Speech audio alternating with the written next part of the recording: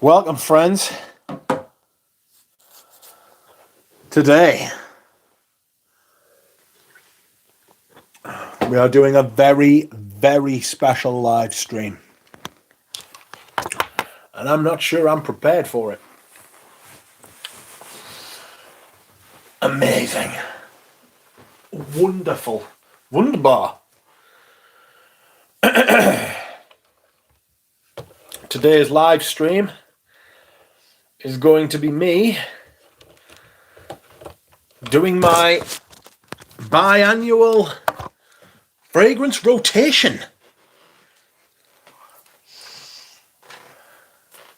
Madness. Madness. Old Ness. She's mad. Oh. Righty-ho. Hola. Hello, everyone. Hello to the few people who have joined. The few who are watching. I have about 7 litres of water here. Excuse me, whilst I hiccup in your ear. That should keep me going, don't you think? So, yes. I'm going to find a decent spot for the camera to go, and we are going to go through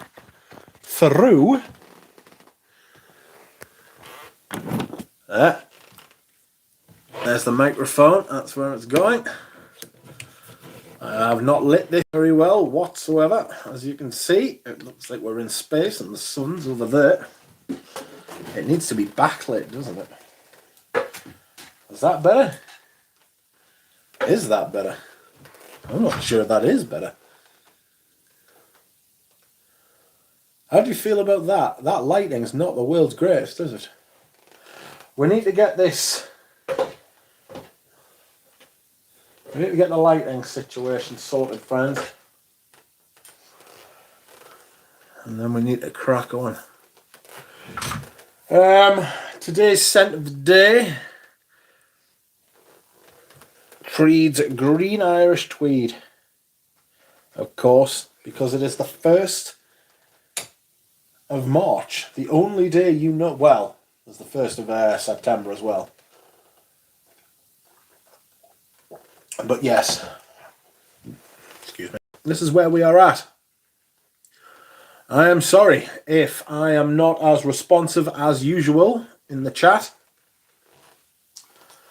Because, friends, I am going to be doing the rotating of the fragrances.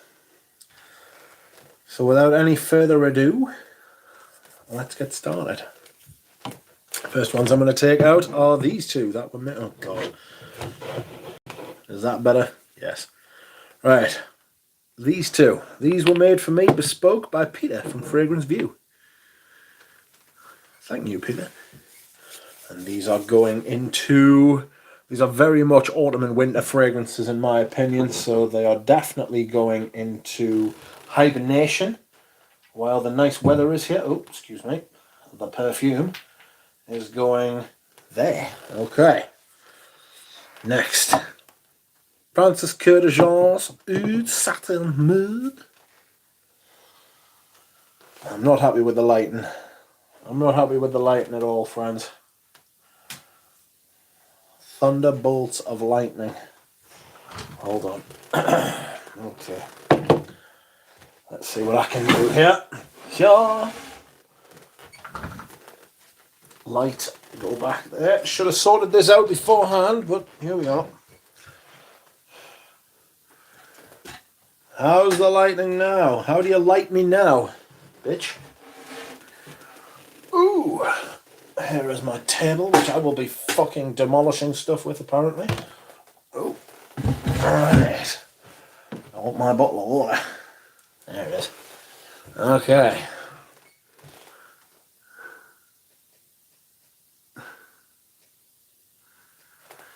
You can almost pick it up, can you? Well, don't, please. Okay, so I'm thinking of splitting this video into two, actually, like I did last time. But I did it during the day last time, so there was natural light. Anyway, this is Oud Satin Mood by Francis Kurkdjian. Extrait. This is definitely an autumn and winter perfume. Bois d'Assis. Naomi Goodser. I haven't worn this very much this year. Not huge. Not hugely. I don't know if I'm going to keep it like. Do you know what I mean? I might do. Exterminate all the cats in Britain. Oh, sorry. Imagine what would have happened. There's somebody talking about exterminating all the cats in Britain, the horrible cunt.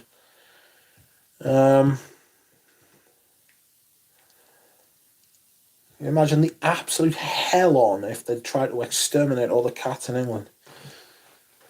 You'd have had loads of... You'd have had fucking trouble, I tell you.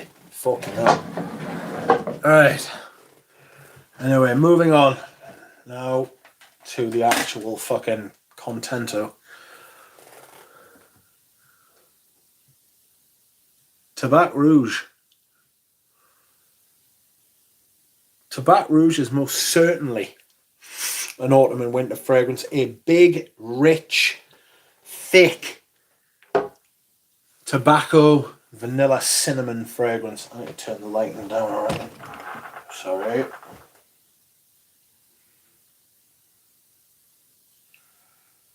How's that?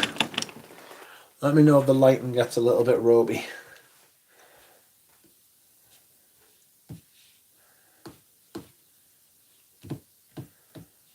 Okay, so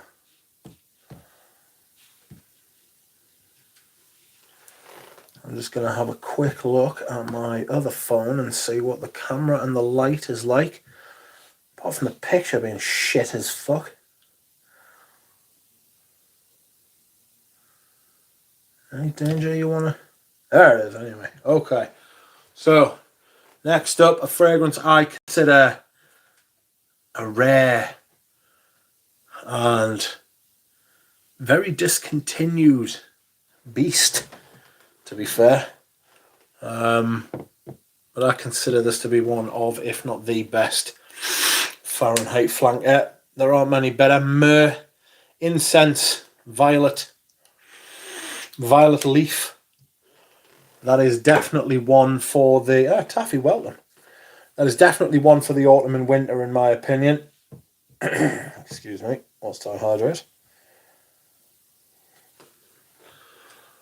Next, this is Patchouli Magnétique. What do we think? This has got peach in it. You could wear that. I'm going to put that in the maybe. I'm going to put that in the maybes. That shit has got potential. This is not got potential to be staying around, although I would like it to. This is Gucci Guilty Absolute. Smoke, fire, bandages, hospitals. A hospital on fire. That is what it smells of. This is Patchouli Koza by Nishane. I only wore this a couple of times, but it's very nice. Try and get this for it. Don't pay fucking retail for Nishanes. They're fucking silly prices for what they are. It's perfectly nice, that fragrance, and I'm glad I've got it. But not at Nishane prices. I could be here for hours, mates. So, I mean, set yourselves in.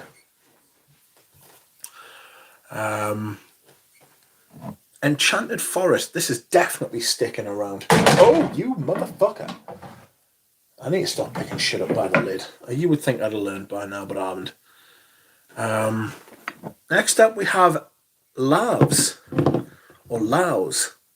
by Unum, Filippo Sorcinelli.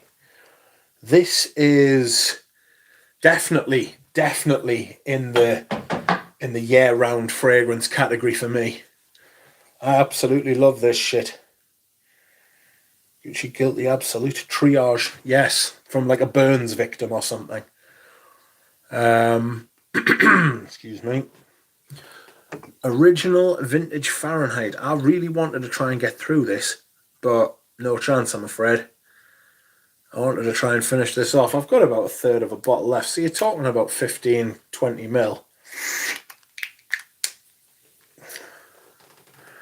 That's going back from whence it came, I'm afraid. Next up,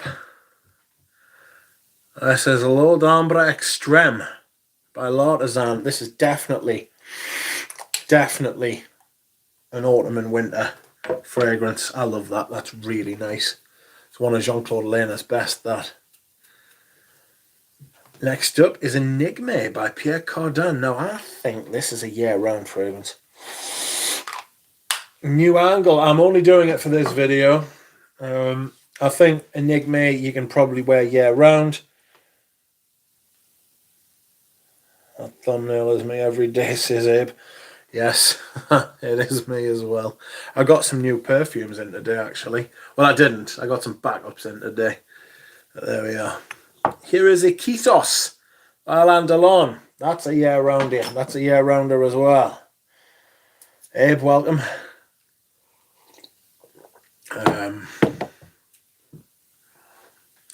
Sadly, very sadly, Balenciaga Pour Homme has to go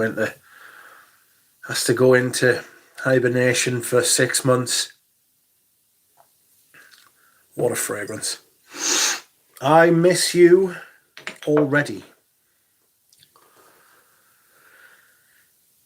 Now,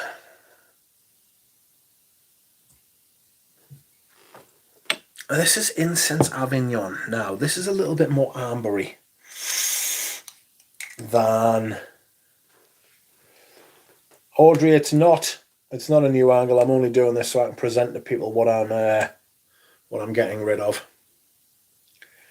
This Incense Avignon is, for me, a autumn and winter perfume.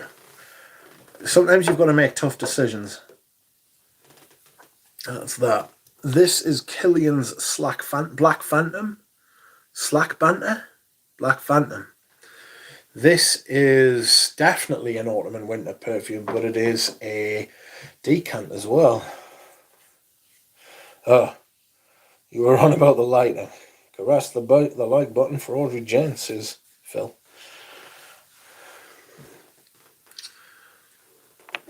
This is MCM Success, made in West Germany. This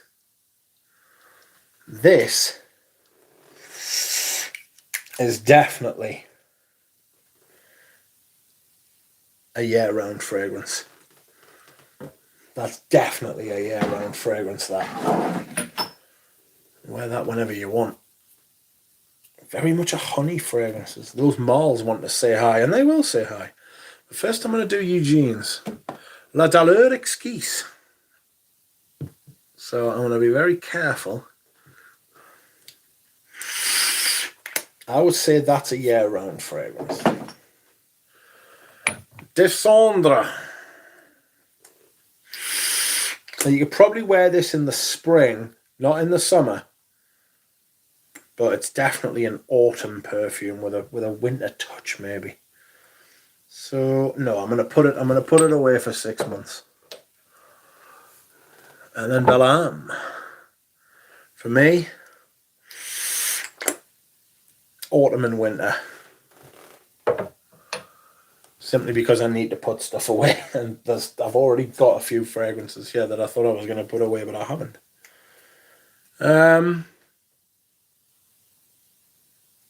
Next up, Escada Magnetism. Did you know I had this? I do have it. This is, for me, it's a cola sort of fragrance, but I prefer M7 if I'm honest. But Belle Arm's got up my nose there. That's all I could smell when I smelled that. This is an autumn and winter fragrance for me.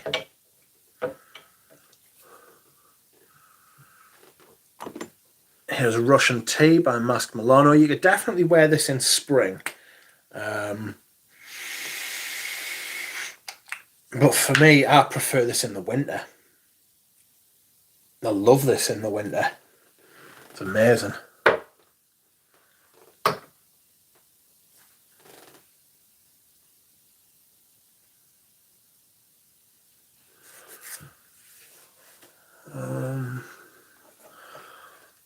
Dunhill Blend 30.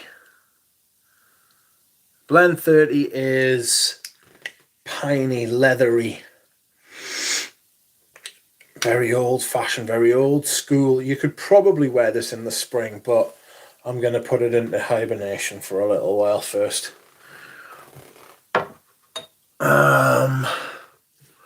Now, a fragrance that's definitely an autumn and winter fragrance, it is this. This is followed by kerosene. The plate has come off because they always do. I've actually got the plate up here. Would you like to see it?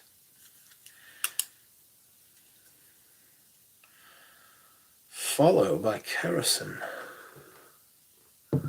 There it is. Oops, it fell off again.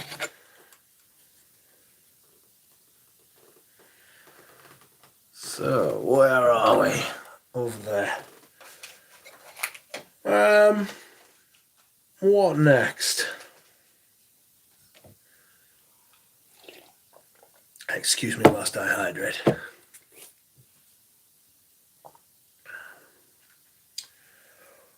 Wardrobe malfunction.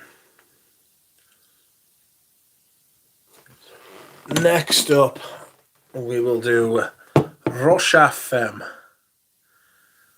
one of the Twin Tower box bottles. This is definitely an autumn and winter perfume. Oh, it's absolutely gorgeous. It's amazing. Oak moss, plum, resins, amber. Beautiful in the cold weather. Speaking of which, this is Real Patchouli by Bois 1920. Fuck Bois 1920. But this stuff, the eau de toilette, is amazing. The eau de parfum is shit. But be careful if you think you're buying the eau de toilette, because my eau de toilette came in an eau de parfum bottle. In an eau de parfum box, sorry. So, can you trust them? Not in my experience. This is mon numero 10. You could probably wear this in the spring or the summer, but it's going in the it's going the distance, I'm afraid, friends. It's going into hibernation. Next, Opium. And Opium Secret de Parfum. Both beautiful. Heavy resins. Oh.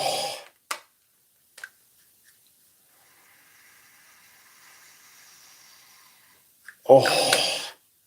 Opium's so good. And Secret de Parfum is absolutely excellent as well. Two of the best myrrhs you will smell. I'm just going to put you up there. Do you want to behave yourself or what? Fucking hell. Christ, stop it. Sorry, I've just got a vintage eau de Hermes acting funny fuckers on us. Next, Tom Ford Noir Anthracite. Definitely. I think Dessandra's got a vibe of that. There's something in it in both of them that smells similar. Knees a 10. I've waxed lyrical about this many times. A fantastic leather, one of the best leathers made. Just missed out on my top 10, but I absolutely love this stuff. If Derby wasn't in it, I probably would have included it. Next up is my Gucci Pour On One.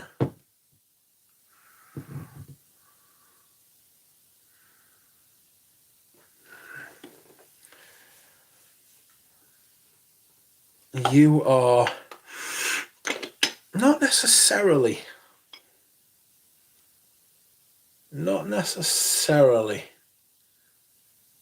are you an autumn and winter perfume, but in my case, I think you are.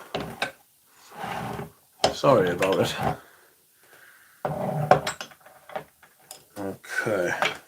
Next, Gucci Pour Homme 2. I haven't worn either of these this year.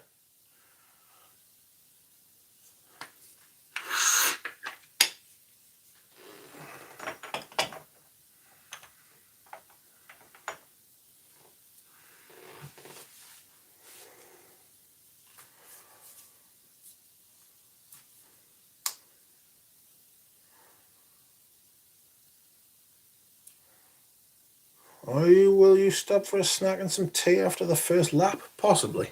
Maybe. I've already had my tea, but we'll see.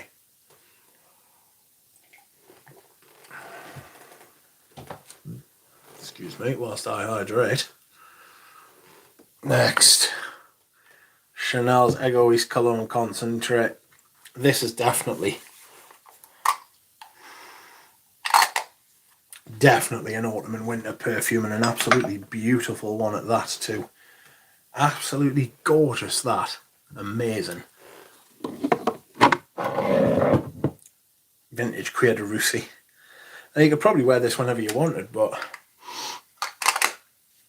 oh, I'll wear that in autumn and winter, especially autumn. Glorious. Hello. Next we have Eau de Beau. Eau de Beau is a classic from about 10 years ago. The fragrance community was much enamoured with this. Oh, one of the best vanillas that money can buy. And for the money, it's absolutely brilliant. If you like vanilla, you should be well into that perfume. Next, I am Tom Ford Noir Extreme. Again, another vanilla. Oh,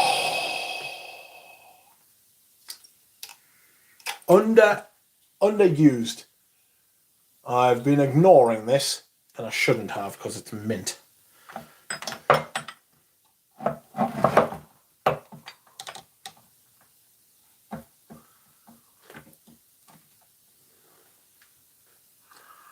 Gotta love vanilla. Next, Antaeus.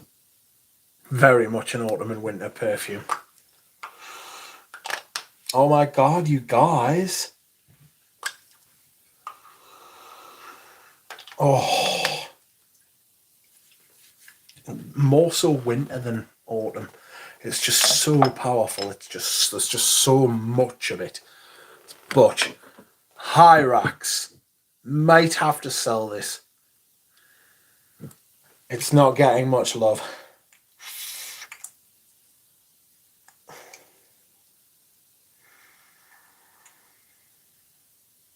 Oh, it's got a slightly shitty note to it.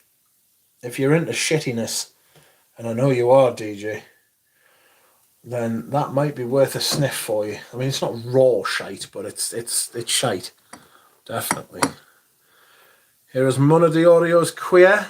One of the best leathers I own. Fucking love it. In my top 10, absolutely. Oh, absolutely gorgeous. It's a beautiful leather, well put together. Here is Creed's Venetia. Can you see that? I don't know that you can. But this is a Ramsey wreck. Vanilla, again. Beautiful vanilla and some florals.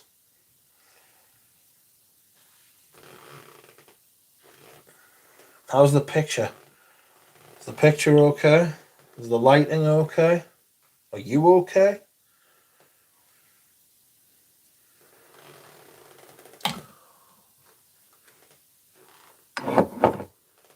Dior Homme original.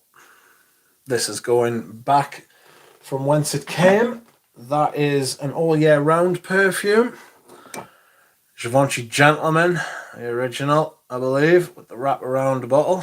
Oh, you motherfucker. 90%. So I don't know that it is the original. Could be the second one. But that is a scratchy patchouli. Oh no. It's a good one. But it's very scratchy. This is Giorgio Beverly Hills Special Reserve. You could probably wear that in the spring. I'm undecided on that one. I'm undecided. Sycamore EDT. This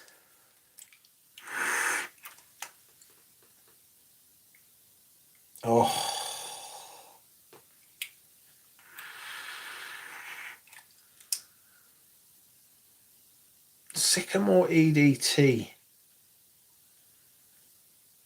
Autumn. It's an autumn and winter perfume.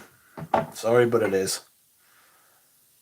It's very much an autumn perfume. You probably could whip it out in the spring, but I think it's a considerably more autumn-centric perfume. Heritage by Guerlain, original formulation. What do we think? Smells mint. It's fresh enough. It'd be good for it. It'd be good for early. It'd be good for early spring. Lavender, coriander, and patchouli. I'm going to try it in the spring. I'm going to give it a chance. Iris Poudre, most definitely a year-round fragrance. French Lover, almost certainly a fucking spring perfume. You know, fella, I've barely worn it. I've barely worn Heritage. Noir Peace. Sorry. Noir Peace is an autumn and winter perfume. The Shite. That's an autumn and winter perfume as well. Promise, I'm thinking of getting rid of this. In fact, I am. I'm going to sell it. I'm selling Promise.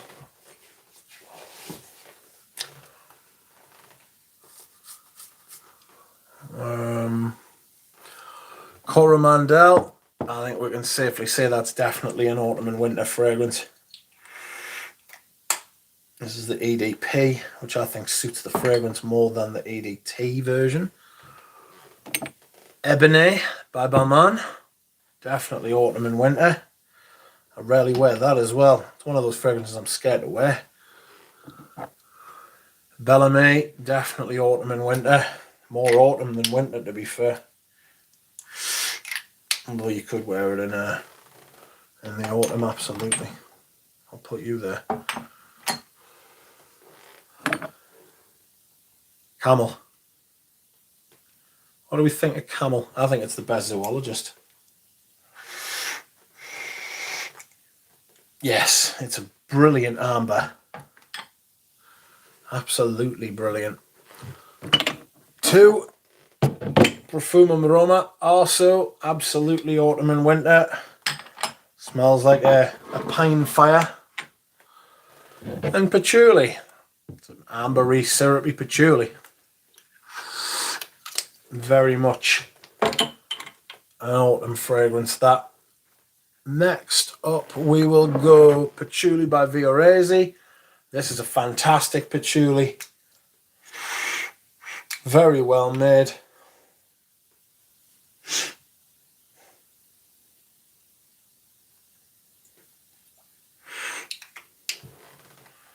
Beautiful. Ambre Narguilé by Hermes. I'd hope to wear more of this, but it's a late September, October, November, December perfume. A resiny amber. Creamy and thick. Next up, 3 Serge Luton. Oh, don't you dare, you silly shelf. 3 Serge Luton. First up, Cuir Moresque. Selling it. Selling Cuir Moresque. Fumerie Turk.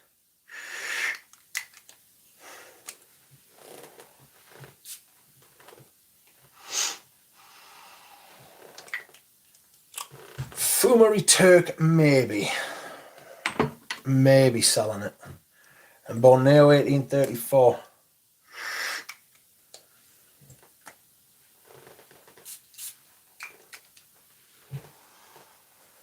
Keeping that. God almighty. That is beautiful. It's a very thick, rich, syrupy, deep, chocolatey patchouli. Beautiful. I don't know whether to sell fucking fumery turd or not. Maybe. It's got a kind of, it makes me feel a little bit sick. That's what I remember about it. You know? Oh! I've been wanting to have a look at the back of these shelves for a while. Where's my water? Bring me hydration, damn it. Okay. Next up, I am not selling Rien. This shit is fire, literally.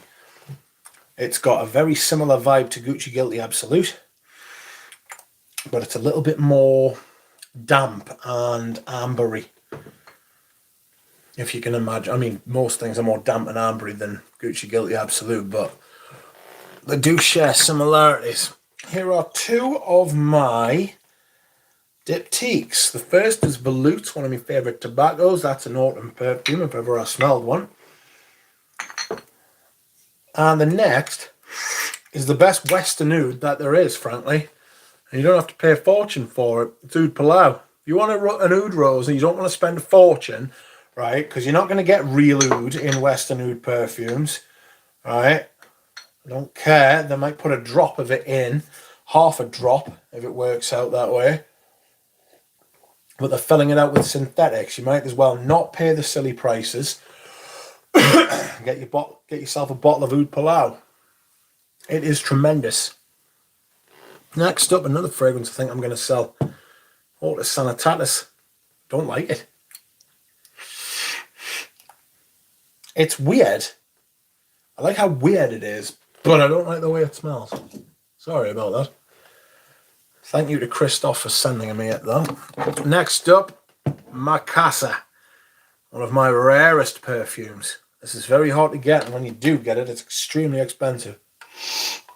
Pine, leather, a little bit smoke, carnation, glorious.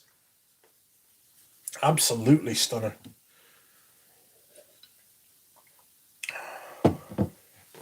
Wow, Rich, you are letting go a lot of good stuff. Yes. Yes, I am. But it's stuff I don't wear. And it deserves to have it. Like, I don't just want to sit or oh fuck. I don't just want to sit on perfumes and keep them so I can say I've got them. You know? This collection is not a museum. I don't want my collection to be a museum. I want it to be alive. And it is alive. And to do that, I have to not have... Sorry, I'm just rehydrating the hydration. It must have perfumes in it that I wear. Frankly, I want to have less perfumes of ones that I actually wear. And yes, I will sell stuff that is probably higher quality than some of the stuff I'm going to wear, but it is my collection. So I hope that these will find good homes. I'm sure they will.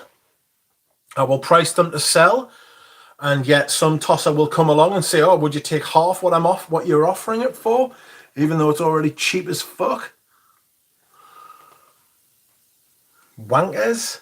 Fuck eBay. Go through my shorts and you will find one that is simply called eBay. And it is absolutely true.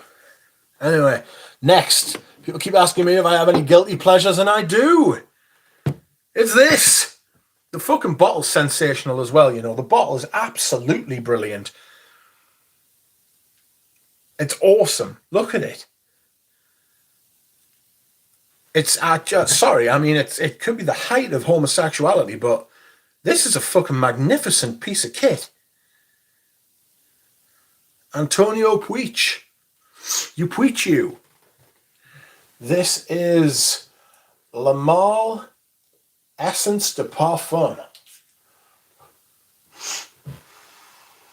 It's so good. It's so fucking good. I don't know what it is, but it just reaches into... Did you sell your Givenchy Vetiver, Mitch? No, I've still got it.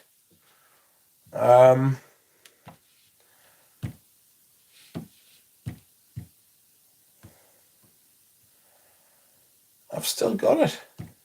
It's down somewhere. Is it the one with the leaf? No. I'll take a bed here in a few minutes. Excuse me whilst I dehydrate. Yes, I've been pissing like a racehorse all day. It's been funny. I've spent 5 hours today filling in some fucking paperwork with my friend. Absolute nightmare. Absolute hell on earth, I tell you. Fuck me. That bottle is what people believe they look like when they spray compliment magnets. And the leaf ruined everything in the design. Couldn't agree more. It's fucking, honestly, like people say, guilty pleasure. It is an absolutely outrageous guilty pleasure. Looking at the rest of everything I've pulled out so far, the last thing you would expect to come out at one point is that. And yet here it is, and it deserves its place. I'm selling things like Hortus Sanitatis and Promise and Fumery Turk and Queer Moresque, all probably better like perfumes than that, yet I love that more, considerably more. You know, it's just you can't legislate for taste. You just can't. There's no accounting for taste, as they say. Anyway, let's move on. I'm probably going to go through the Muglas somewhat towards the end. Anyway, let's have a look. Encre Noir à l'Extrême. Brilliant. One of the best cheapies ever. This is an early autumn perfume for me. This has got a very particular space in time. I did actually mean to say space in time there as well. It just didn't sound right. Literally took us a couple of seconds to check what I'd fucking said there. Anyway, Encre Noir. Absolutely brilliant reference autumn perfume. A vetiver the like of which Sycamore is, and it is like Sycamore, although they are not the same. Natalie Lawson, if you want to release perfumes on a budget but you want them to be good, Natalie Lawson, she's carved out she's got a great name. She's carved out a very, very specific niche in perfumery, you know. Next up, we have Palais Jamais. I did not wear this as much as I would like. This is a very smart perfume.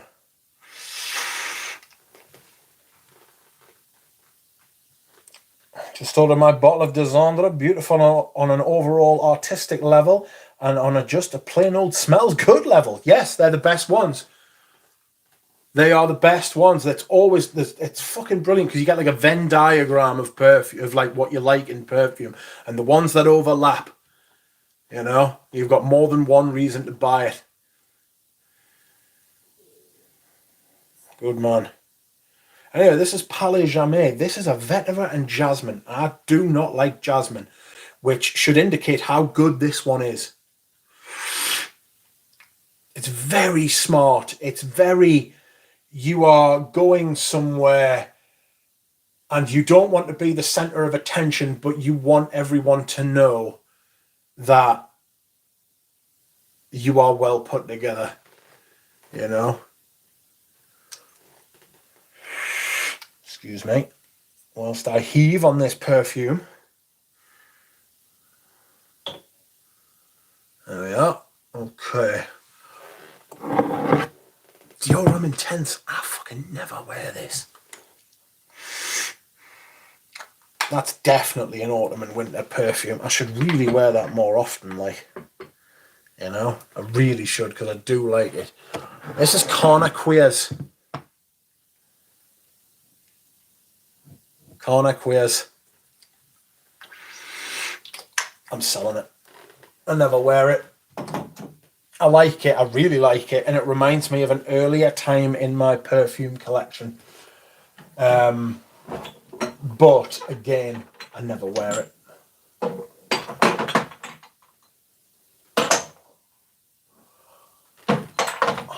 Wax by Zoologist. Promise. Hortus Sanitatus. Alright. And Quiz by Connor.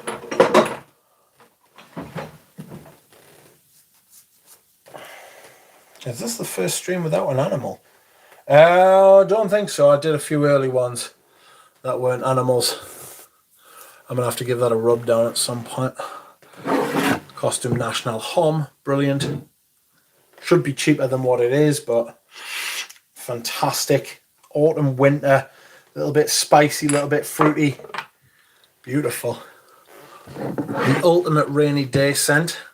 Even though it rains a shit ton in spring here. It rains a shit ton all the time, to be fair. This is an autumn and winter perfume because it indicates like there's a coldness. It smells like, it doesn't just smell like rain, it smells like cold rain. L'Homme Ideal by Guerlain, the original formulation. I'm selling this.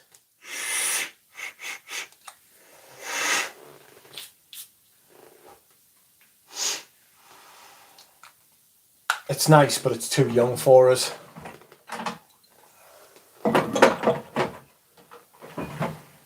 It reminds me of years ago, that. It's nice. All those perfumes are nice. I just have ones I prefer.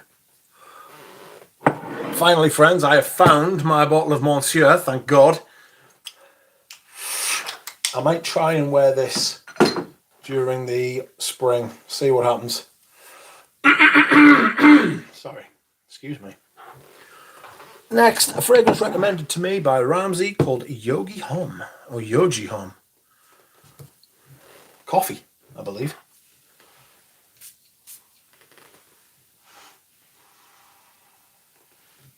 Not for me. I think that's going to go the distance.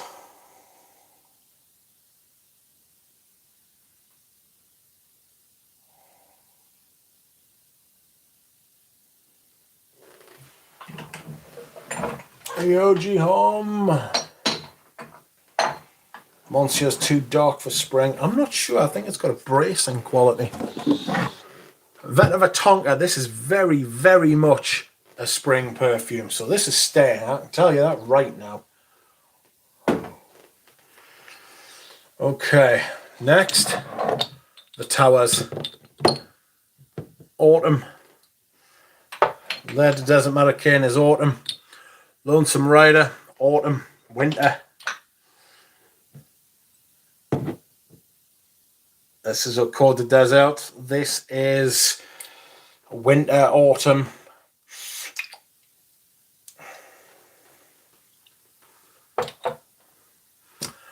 And Lone Star Memories. This is definitely the autumn and the winter. It's October time. Yogi is supposed to be a Nice. I could be wrong. I've sprayed a lot of perfumes in here. Oh dear.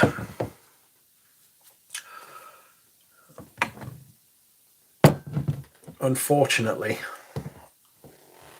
Queer Canage.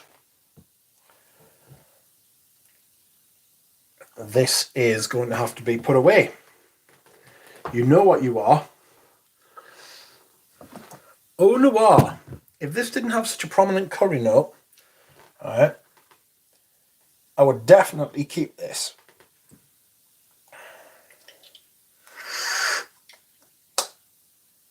I would definitely keep this for spring if it didn't have that massive curry note, but it does. And so you are a fresh autumn and winter perfume. Jules by Christian Dior. In fairness, I could probably wear this. In fairness, I could wear this in the spring, but I'm not going to.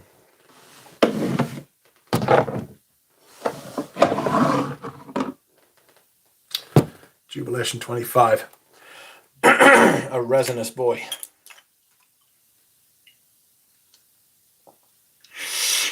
This is definitely an autumn and winter perfume, if ever there was one. Goodness me.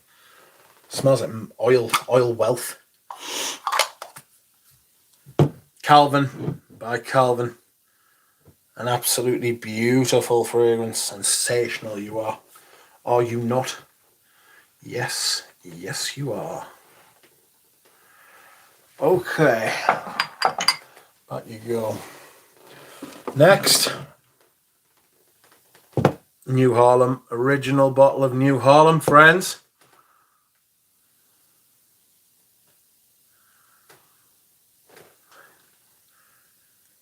Bond number 9's New Harlem. The only fragrance from this house worth owning. Sorry.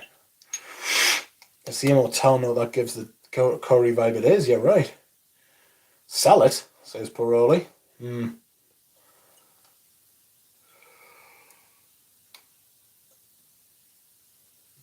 Excuse me whilst I yawn. RXL says, Jules is great after you get past the old man vibe opening. That's what I want. I'm an old man at heart. A little old man. Well, I'm not a little old man, but a big old man. But an old man nonetheless. A horrible old man, maybe. Next, a perfume I haven't worn this year, unfortunately, but I do love this, and it's Fendi Uomo. This is fantastic. Warm spice. That's one of the reasons I'm getting rid of Crème Moresque, to be honest. I think that does what Crème Moresque does, but does it better. And last, well, not last, no, we'll go through the ones on the top shelf as well, shall we? Coco, EDP from the 80s, the original formula. Beautiful. Like opium, but not for the slags amongst us. Absolute Paul Soir. I don't know if I want to keep this. I like it, but it's got a slightly shitty vibe. Discontinued. You can get the Cologne Paul Soir, but they want fucking huge money for it. Is Opium Pour Homme. That is definitely an autumn and winter perfume, by God. Oh, no, no, no. You behave. You behave. You little shit. That's because I called it a slag. Oh, bastard. Thank God the lid stayed on, because that's a splash. Jesus. No, I'm putting you on there. Right. Sorry, friends, that could have been an absolute nightmare. God. But of course, I've got a backup, so don't worry. Calm, everyone. Remain calm and seated. Not just a slag, a massive slag. Fendi Uomo smells like dill pickles on me. It's kind of weird. Oh, yeah. Taste of fragrance. Probably my favourite Amen flanker. Teatro alla Scala. Teatro alla Scala is very much like opium. It's a little bit fresher and a little bit more resinous. Oh, sod. You shit. Absolute bastardry. You treacherous little bastards. Give us a second, I'm going to have to pick them up.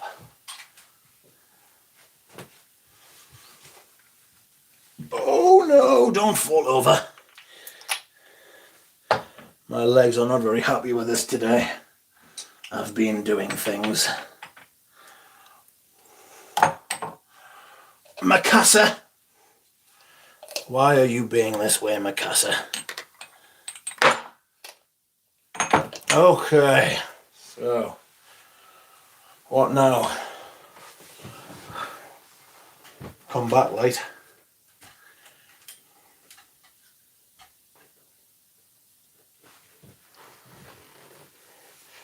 I'm dropping shit all over.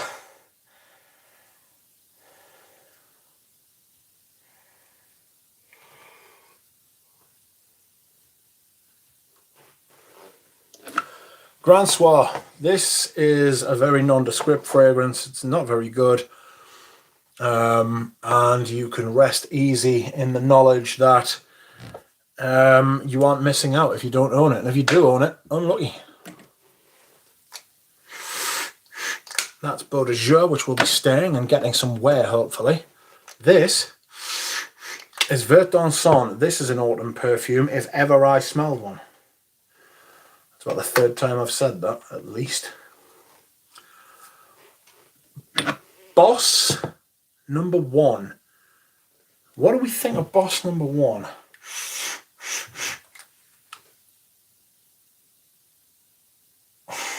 I think Boss number 1 can stay. Yes, it can. A Féminité de Bois.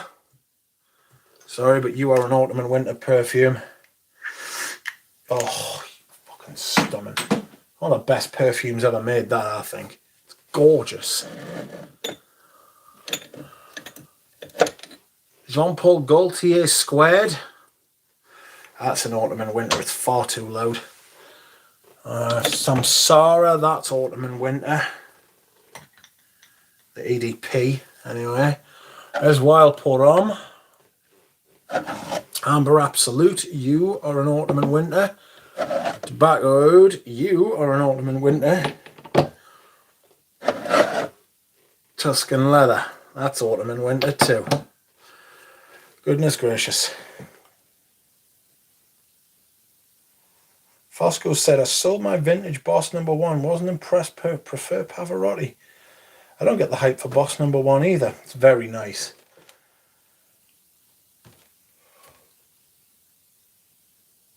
Excuse me whilst I yawn in your ears. So that's Beau de Jour. There's Grand Savoie. This is my little titchy Amen. The juice has gone green because it's ancient. And this is my Beaufort London. This one is Rake and Ruin.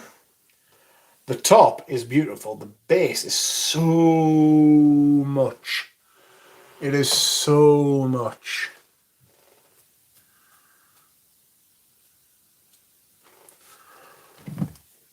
Pure Tonka, another amazing flanker. I got a backup bottle of that off for 30 quid once. Pure Leather, a good flanker. Pure Coffee, a good flanker. Pure Wood, possibly wear this in the autumn, the spring, you know. Possibly, it's a lighter version, woodier. There's B-Men. I don't think I want B-Men anymore.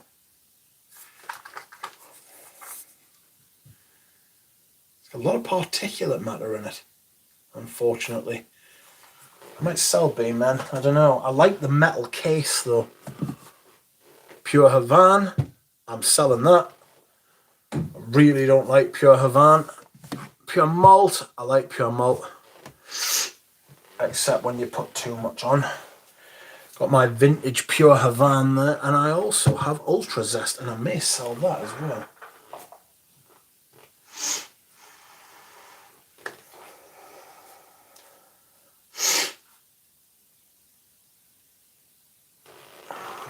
What's definitely hyped amongst the vintage crowd? Yes, yes, there is. Ramsey loves it. That's not to say I don't. Ultra Zest. Maybe a sell, maybe not. I might try wearing that in the spring. Maybe. Maybe. Well. Ooh, here we go. Sorry. XXX. You could probably get away with wearing this in the autumn and the winter. The spring and the summer. But, I don't know.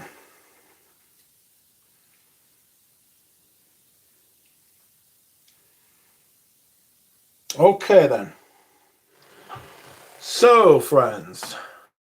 I don't know how to proceed because I've emptied my shelves now. I don't know how to proceed though.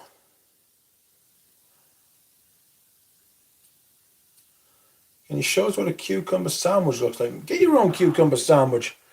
Paolo, I've made that joke many times. Thank God they stopped at B, man. I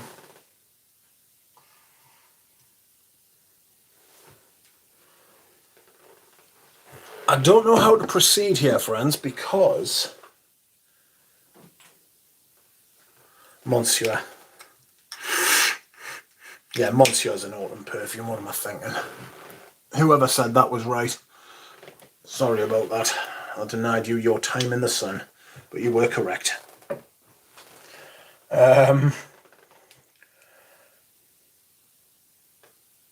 Micah says you can sell those for easy money now. Which ones?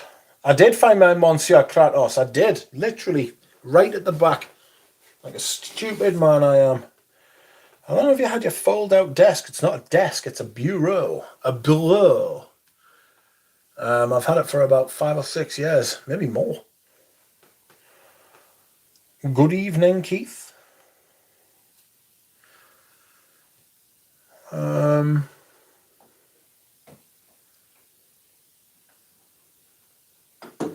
Okay.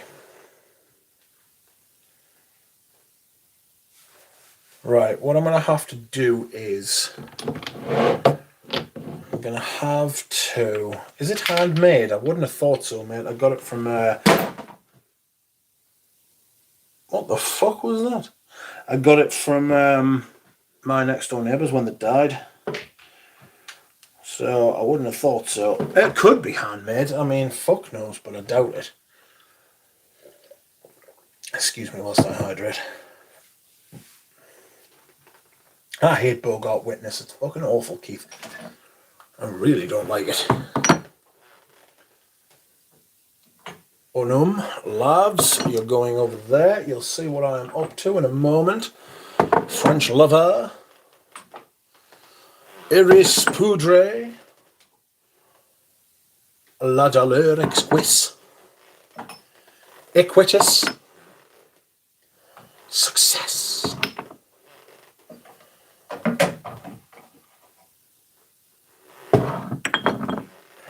Lay down on that surface and rest for a while. Says Pradeep. I probably could do with having a lie down, but I'm not going to. I'm actually going to keep the stream going. You're going to have to bear with us while I give you an absolutely shocking camera angle for a couple of minutes, though.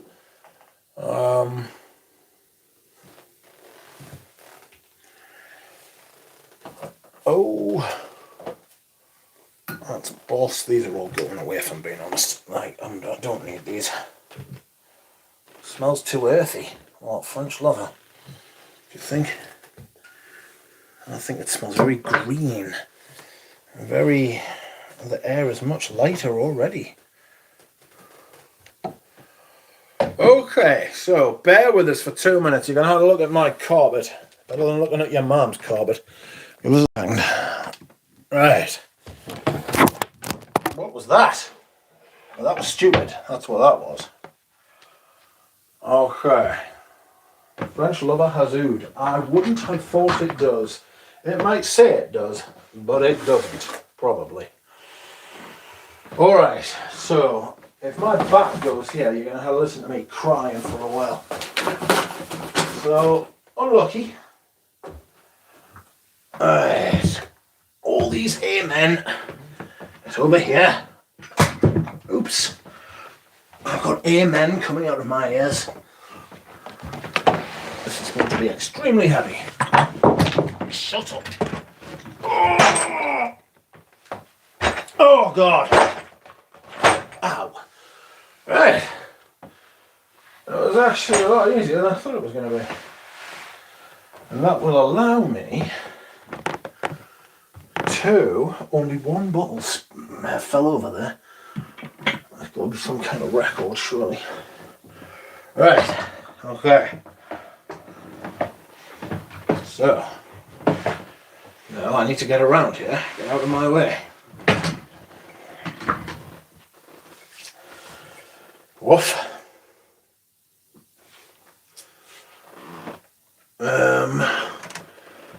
There is Lupin Voyou. Load them in. Gucci Nobile. I'm wearing that.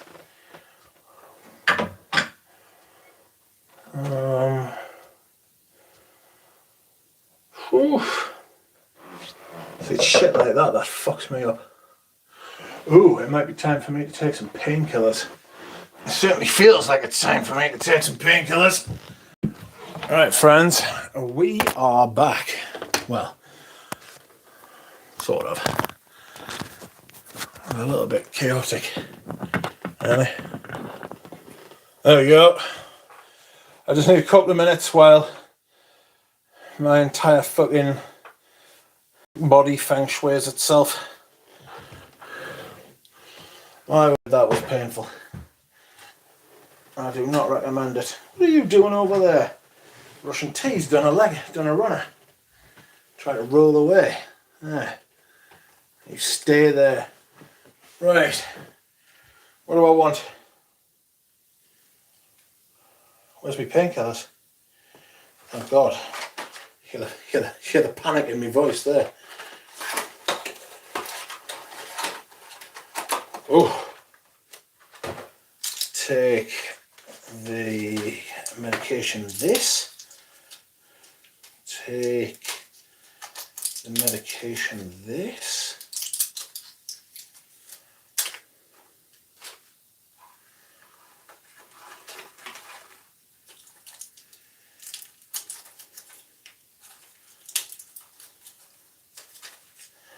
Excuse me whilst I itch my arse. Where the fuck is my water? Hello, Timothy Southwick. Hello, and everyone, God bless you all, my friends. There's many playlists available of everyone on my YouTube channel. Everyone will be okay, y'all. Timothy, do you need to be blocked? Are you spam, Timothy? Speak. Tell me, Timothy, who's the President of the United States?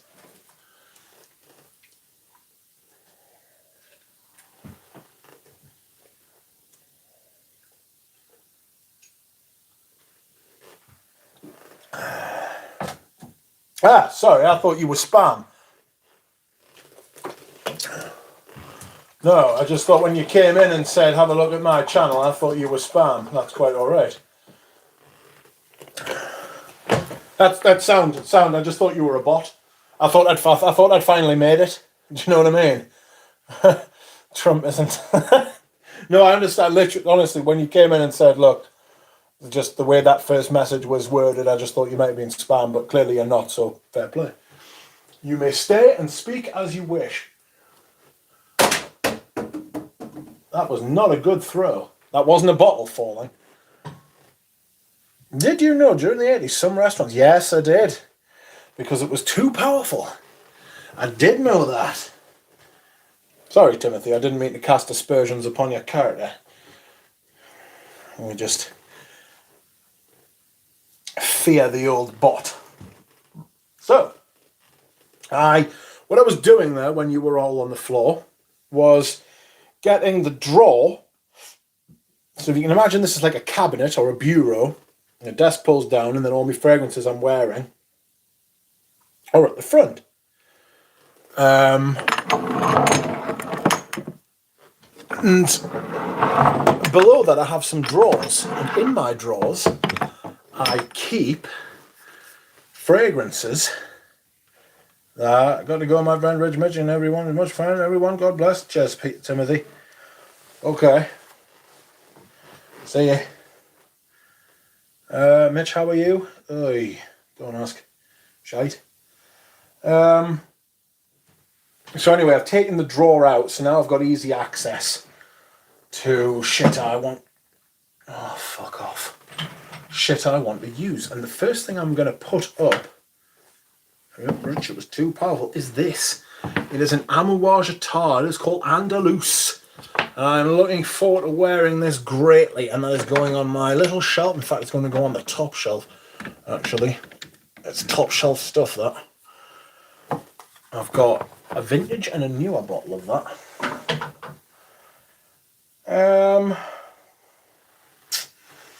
What I want to do is, if possible, if at all possible, I want to put the summer things at the back, and I want to put the autumn.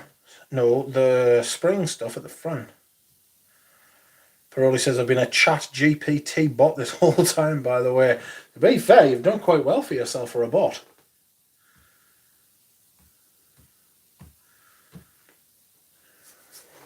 Anyhow, that's a spring fragrance. That is a spring amber. Summer fragrance, even though it's a smaller summer fragrance.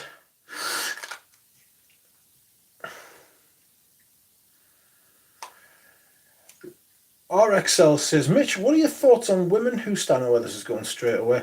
What are your thoughts on women who start fragrance channels but don't know anything about fragrances, nor do they have a genuine interest in them? Just an interest in becoming an influencer. I don't like being fucking patronised, RXL.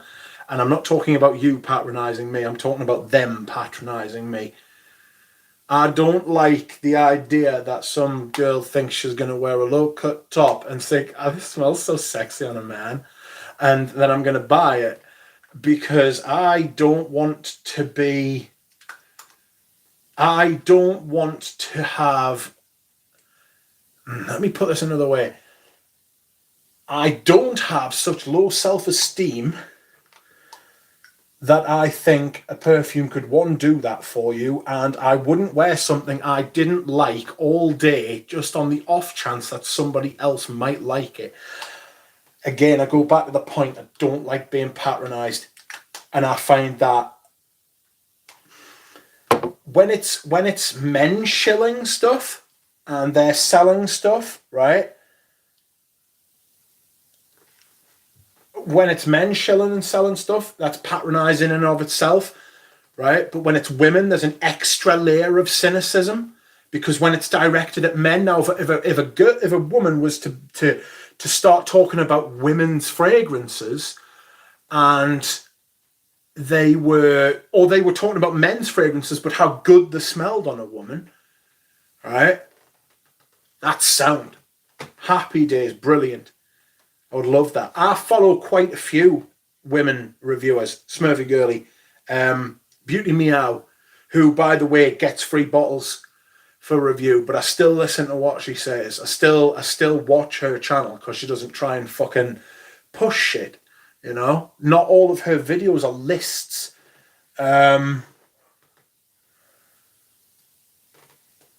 I don't, like I say, I mean, probably the most succinct and best way I could put it to you is that I don't like being patronised by people. And I find those channels like that extremely patronising. Extremely patronising. There are plenty of women, and good-looking women. Lola Scents springs to mind straight away. Brilliant channel. You know? It's not patronising. I remember Emmy Ever After. You know? Women who talk about fragrance, you can tell. You can always tell when someone actually cares or not. You know? It's just painfully obvious. You know?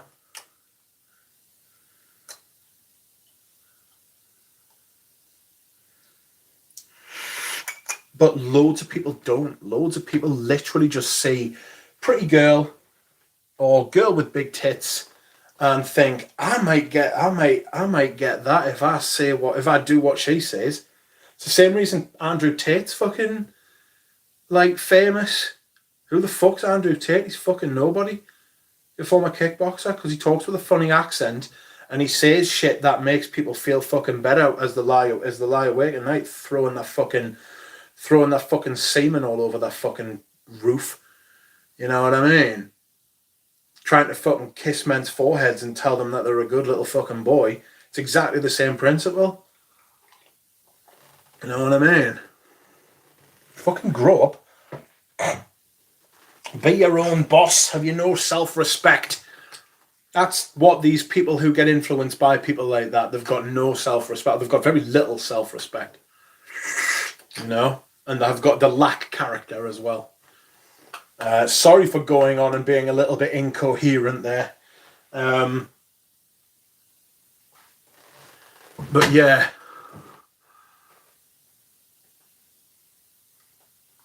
Many people don't know better, which is a shame. Yeah, it is. Anyway, I want to get on to doing this, otherwise I'm going to be here all night, because we know that I can talk about shit like that. Anyway, this is Mark Robes Awaits Favourites Issey Miyake Summer Edition. I actually bought this from Canada. It is lovely. It smells a bit like lemonade. This is Issey Miyake Odette Summer Edition, 2009, I want to say. 2009. Fantastic. It is beautiful, and it is going in the summer bit, because it is very much a summer perfume.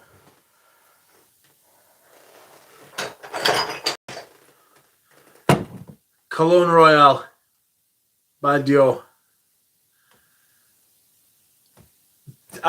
Just such an easy wear. I would not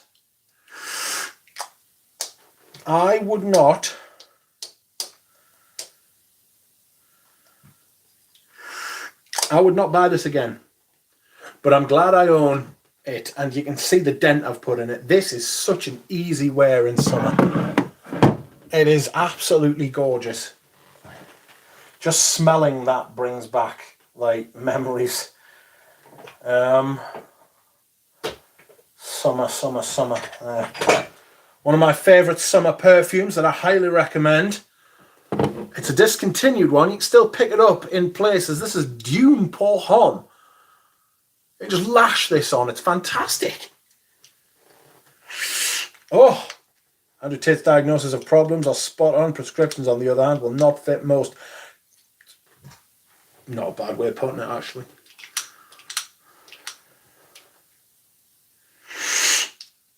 I mean, don't get us wrong. When I say people who listen, you don't necessarily. This is the real problem we've got, right? Nobody's got their own sense of fucking judgment. Nobody's got their own sense, like you say, prescriptions. It's like the problem is like people will take everything he says as being the answer, and it's not. There might be something in there that speaks to you. You know, there might be something in there that is absolutely spot on for you. You know. And he might crystallize exactly your issue perfectly, like you say. Then actually taking every word he says as gospel, and some people do that. Some people do that, you know. Some people's lack of self-awareness. Some people's lack of self-awareness is fucking frightening. Frightening. Every time I have an idea, the first thing I think is, ooh, are you sure that's such a good idea? It was you that came up with it. You know what I mean? Like, double check. You know? Just, you don't have to doubt yourself all the time, but, you know, just being a bit of self-awareness, you know, doesn't go amiss. Mitch, do you wear heavy citruses for summer? I prefer white florals for summer, mostly neroli. I do like citruses for summer, I must admit. I'm not a big... in general, I'm not big on florals, but white florals are my enemy in the main. Although there is always the exception to the rule. Iquitos. Iquitos is a beautiful jasmine for men. The jasmine doesn't necessarily smell floral in that. It gives it like a heat. You know, it gives it like a warmth, like a heat, like a body heat, like a hot body heat. You know. Anyway, this was Dune Pour Homme, brilliant for summer. A little bit figgy. Next, Paris Edinburgh. Oh, this would be quite good for early autumn. Actually, it's got a dent I've put in that already. Probably used about 10-15 mil of this. This is brilliant. Very bracing. It has got that Scots kind of vibe to it as well. that lavender. It smells like, you know, like Healand lavender. There's another one in here somewhere. I know there is. So I'm just getting a few perfumes out. I'm selling you as well. Eau Sauvage. I think I'm going to sell that. This is a 2016 bottle. Paris Edinburgh was super spicy to my nose. I kind of get what you mean. It's got this. It's got this.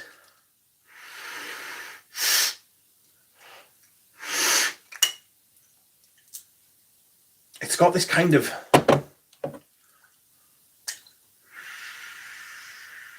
It's got the kind of brown bark. I don't know why I get like a really dark brown bark. Not like woof. Not like a dog bark. But like a tree bark, you know? But like a dark brown barky kind of. I know what you're saying. You know how you get cinnamon bark? Like along those kind of lines. Anyway. Right. Another one for summer. Straight fragrance. Tom Ford's Grey Vetiver. Absolutely nailed on summer fragrance, that. Tell you what isn't. That is a spring and autumn perfume, is Haris. You're going over there, Squire. Paris Edinburgh. I don't know what to do with you. I'll put you over here while I decide what to do. This is most definitely a summer perfume. D&G Masculine. This is going for silly money now. Don't pay silly money for this. It's not a silly money perfume, but it is beautiful. Ah, yes. This is definitely a summer perfume. Loewe pour homme. Stunning. Lavender, lemon, oak moss. Oh, it gives me feelings, that. That gives me feelings. Excuse me whilst I hydrate. Dreamy. Another absolutely definite summer perfume. This is Mugler Cologne. Oh. I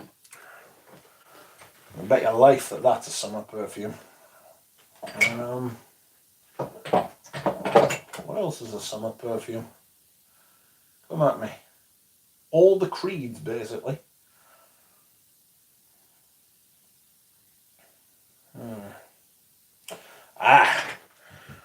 One of the best smelling perfumes I own.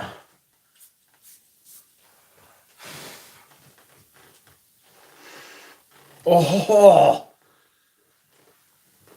Imperial by Guerlain. Eau de Cologne Imperial. You can still get this these days, and for 20 minutes, this is one of the best smelling perfumes I have ever smelled. And then it's gone. It's not that it turns to shit after 20 minutes, it's just gone. It's fucking glorious. But that is definitely a summer perfume. Like, you use like 5-10 mil of that a day. Oh my word.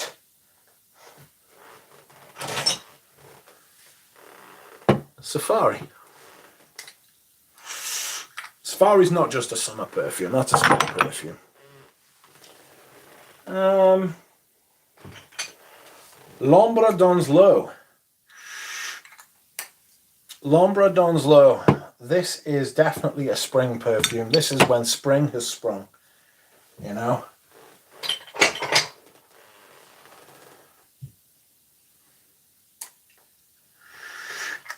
Dimitrios Vethulkas. Sorry, Dimitrios, mate, I butchered your name there. Is Safari worth getting? Yes, but don't pay huge prices for it.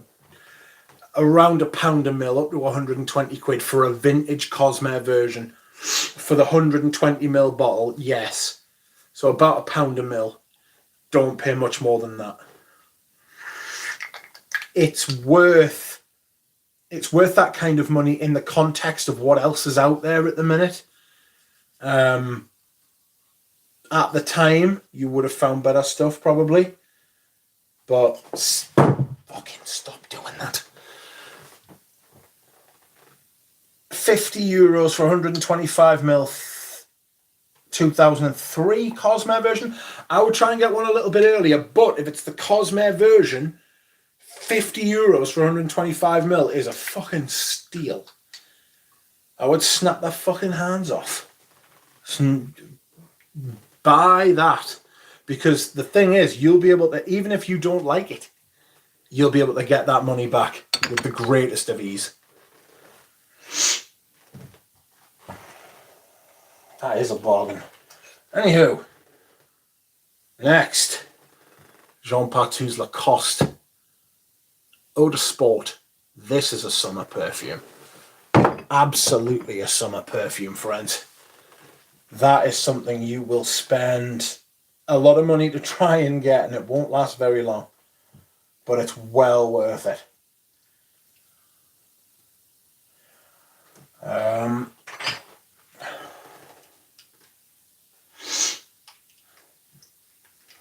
No problem, Dimitrios.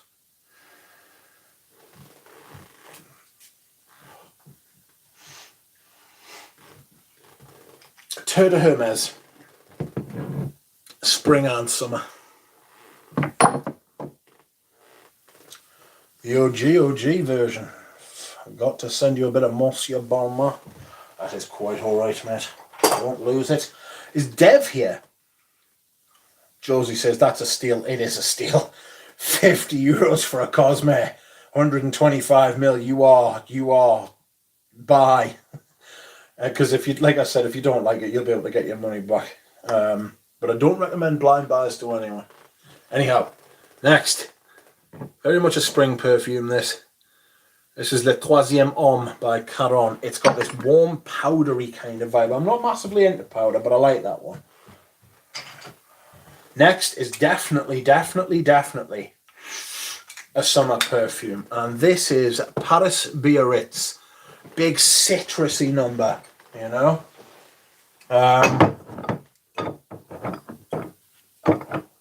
Go and behave at the back.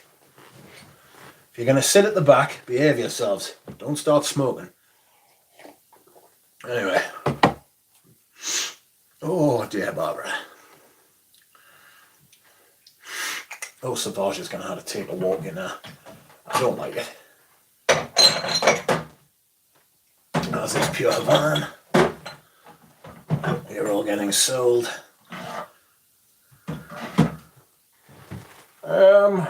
More summer perfumes, by God.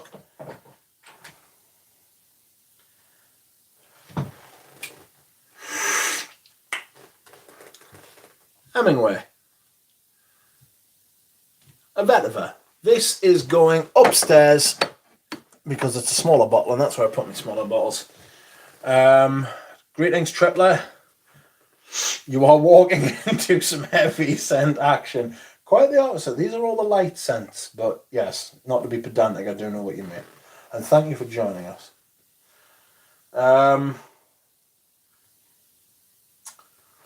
Summer Basil Womo. I love this shit. The fucking cap is shite. This is an Italian cologne perfume thing. Beautiful. Depth. Reminds me a bit of Smolto without the smoke. That is a spring perfume. I'm getting quite excited now. I'm very much looking forward to wearing these. An absolute stalwart perfume. One of the great perfumes of all time. This is Eau de Hermes. This is the Cotter Top.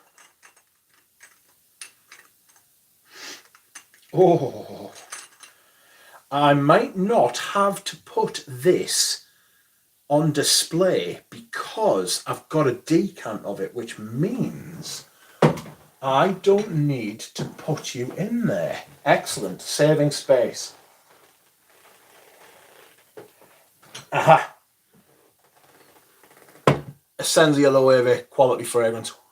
World class fragrance. This house is massively, massively underrated, you know. Bob says, I regret not having Grey Vetiver. It's gone now, I think, isn't it? Oh, that is a top fragrance, that. That is a really high quality spring summer fragrance. Eau de Cologne Bergamotto Marino by Ferret. This is a summer fragrance, by God. That goes there. Aha. The original Dior Homme Cologne. The original from 2007. People said Coeur de Jean made it. I think it may have been Polge. Beautiful. It's the iris one. Basically a light version of the 2005 Dior Homme. Next. I'm not sure I like this very much, you know. It's nice, but I just don't know that I wear it. This is vintage Monsieur de Givenchy. That is definitely a summer perfume. This is a vintage Matre Parfumé Elegantier. It is called Racine. It's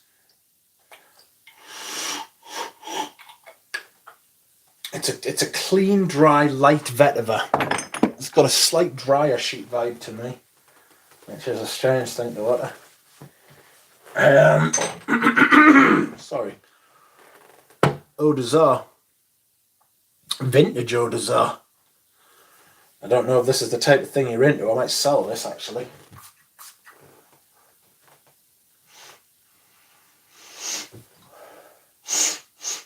No, I'm going to give it a try. I'm going to give it a trial. I'm going to give it a shout, a chance. It's got potential. Yeah, buddy. Here is Sport de Paco Rabanne. This smells like lawn tennis. Yes, it does. Yes, it does. Yes, it does. Jean Patou wearing alligator shirt. That's right.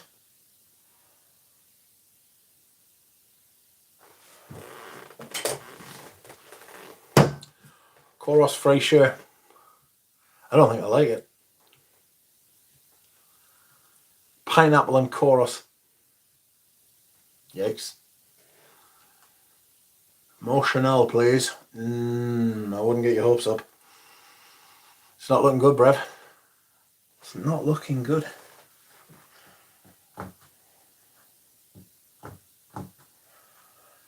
Coros Frasier. You have a think about Coros Frasier whilst I dehydrate. I'll be back. You think about what I'm up to here. Oh my God, I'm going to have to get past these. Do not look. Do not move. Do not breathe. Right. Safe. I'll be back in 2 minutes.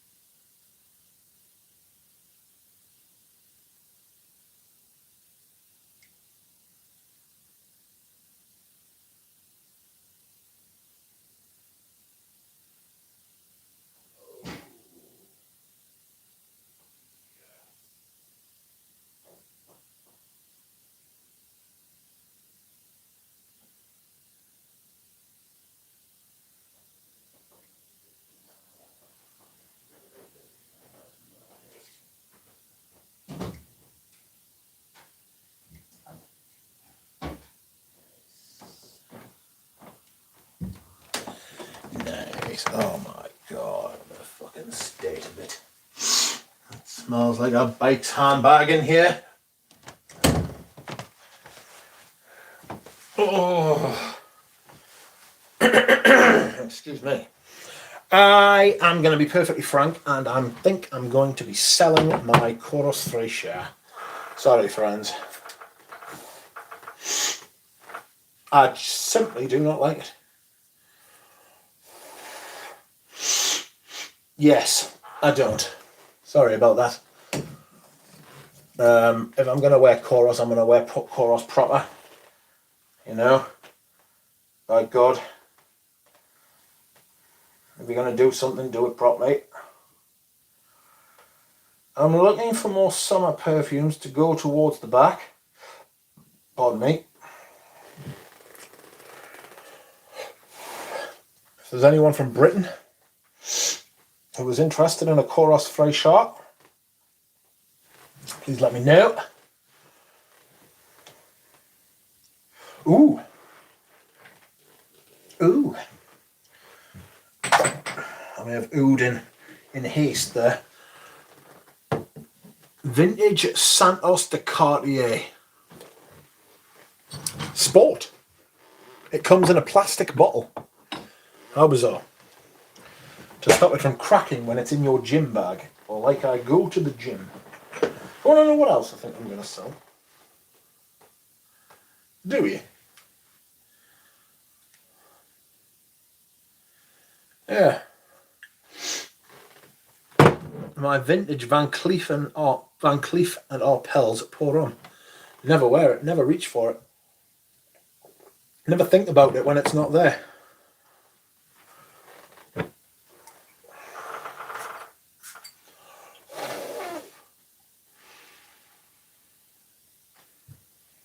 And it's lovely.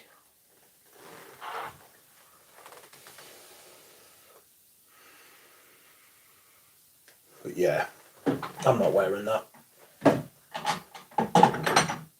Sorry about it. We're having to go into the cupboard of no return. Just get in there, you bitch. There we go. Scent of the Day Tobacco Oud by Tom Ford. I wore that yesterday. That is what I wear on the first and last day of spring and summer. Of autumn and winter. I always get the fucking things mixed up. Aha! Herba Fresca.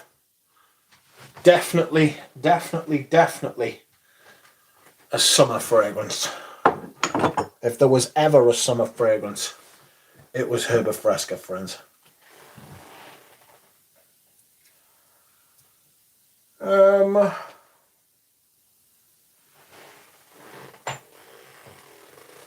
Know what else is a summer fragrance, but it's closer towards spring as well? Roadster. I'm not forward to wearing that. That'll go a little bit closer to the front, I think. Yes. Roadster Sport. I can tell you right now, you are going to be sold. Sorry, Roadster Sport. I simply do not like you. So many classics getting the axe. Yeah, I know. It's a shame. It is a shame, but I'm not going to be wearing them. And they deserve to be worn. Tripler says, first ever wear. Not a day goes by I regret selling my Van Cleef and Arpels pour on. Exactly. First ever wear of Irish Silver Mist to a memorial yesterday. Half expected the deceased to rise up and pay a compliment. Brilliant perfume.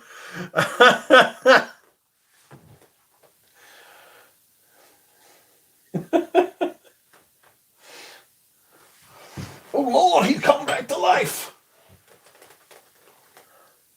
I've got a vintage Millesime Imperial.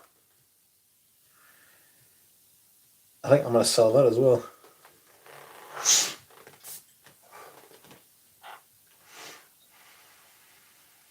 Oh.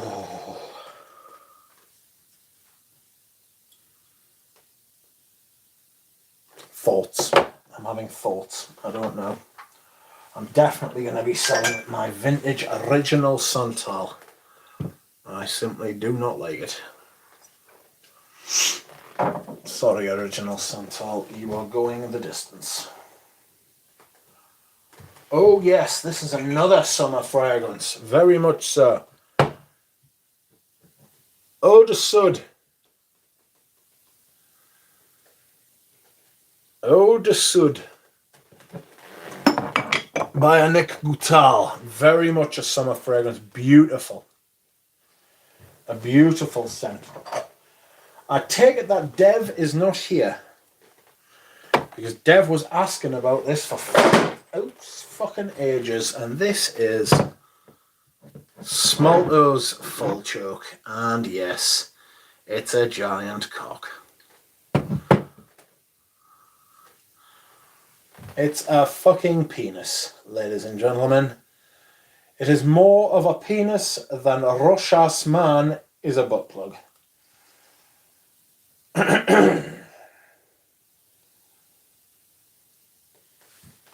Just how it is, unfortunately. Oh, that's a great fragrance too. A lot of men, ladies and gents. A lot of men. That does not smell like fucking, what's it called? Himalaya. Not a lot of men. This has got a bite out of it.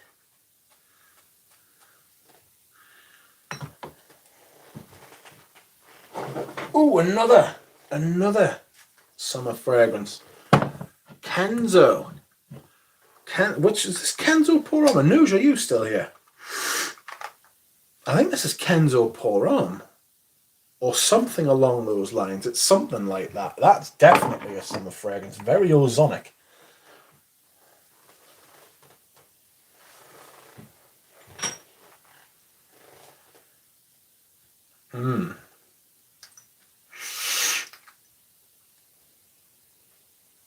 How does Full Choke smell? Animalic, at least. Nope. Smells like Himalaya. Smells almost 1-to-1 like Himalaya. There's that D&G masculine. You're fucked. You're going in the bin. That one's just fallen to bits. Healy's Menthe Fraîche. This is a spring into summer. Yes, I knew it. Here is my Infusion Dome, a classic. This is going up on the top shelf because it is just a little bottle and I don't want it to get squished. Here is a classic from last year. This is Santal Messiah. You can put any amount of this on and it will never, ever, ever smell too strong. It's a fantastic perfume. That it can be cold, it can be warm. It does all sorts of business, that shit. Tuscany per Uomo, much like Pavarotti. A brilliant fragrance. Springy, summery. Beautiful.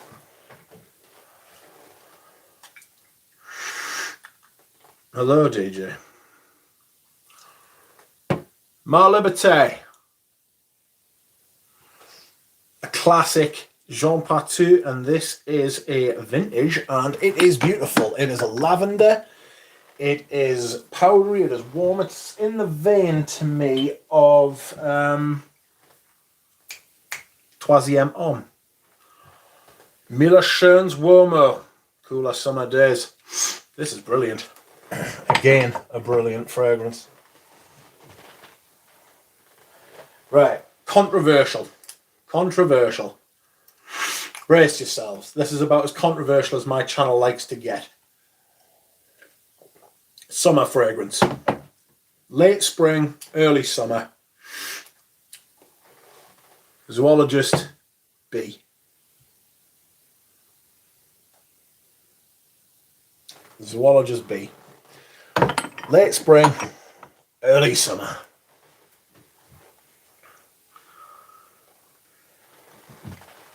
Sorry if you do not like it, but you can suck my fat arse. Dolce & Gabbana Pour On. The original, that's going up here, is just a 75ml. Steph says, Issey Miyake Summer 2009 OG Silver Stem Duorum Cologne. Yes, I have both. Polo Sport, High School Classic. That helped me get through school. I was going to say something else there, but I'm not talking about schoolgirls like that. It's not spring yet. What's this? Shut up, Bri. Oh! Just getting my huge bottle of wet.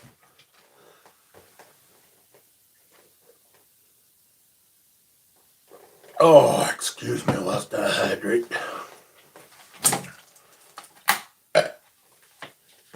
Pardon me, that was despicable. If liking the stream is the type of thing you are into, you are more than welcome to do this.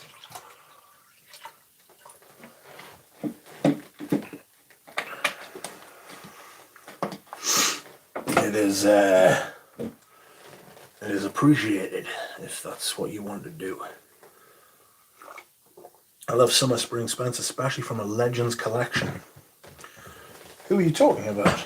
Surely not me. Oh, this is definitely a summer perfume. Mediterranean Neroli. Can I hydrate you? No, you can't. Mediterranean Neroli. This is very much a summer perfume. It is literally what it smells like. It smells like florals on the Mediterranean Sea.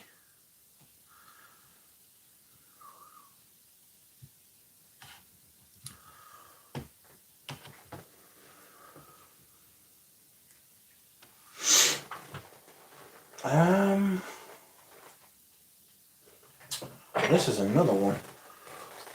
Encre Noir Sport. Fucking fingerprints on that. Massive summer perfume. Could be worn during spring because of the vetiver, but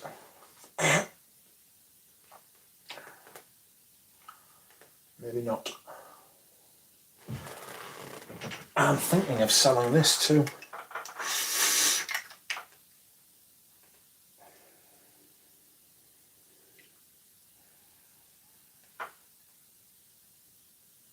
I'm thinking of selling this, to be honest. Vintage Silver Mountain Water. It's good, but I never wear it.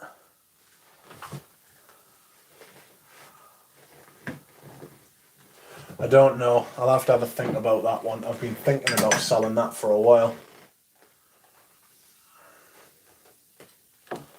And the Miller Seam.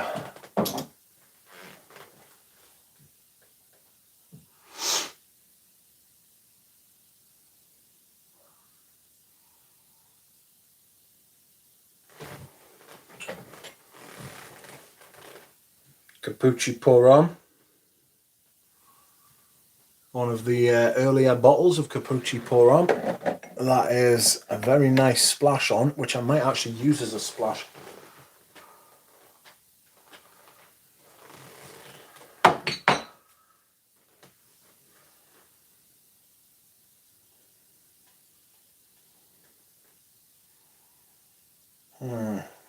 I've still got loads left to go. I'm just trying to...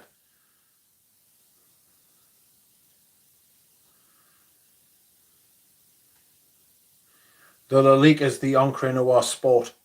It's the sport version. Collection wet, says Steph's.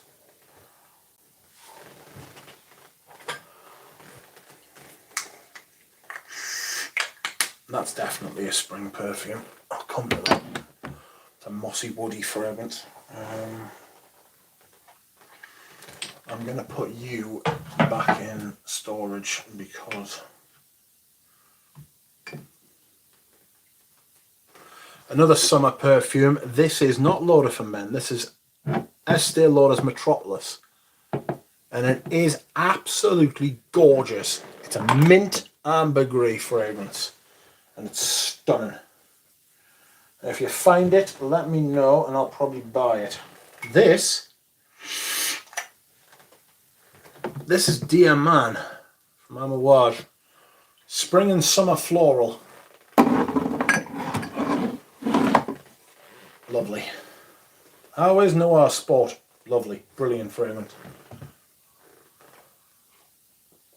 It doesn't get enough play because of the sheer volume of my collection, but it probably should.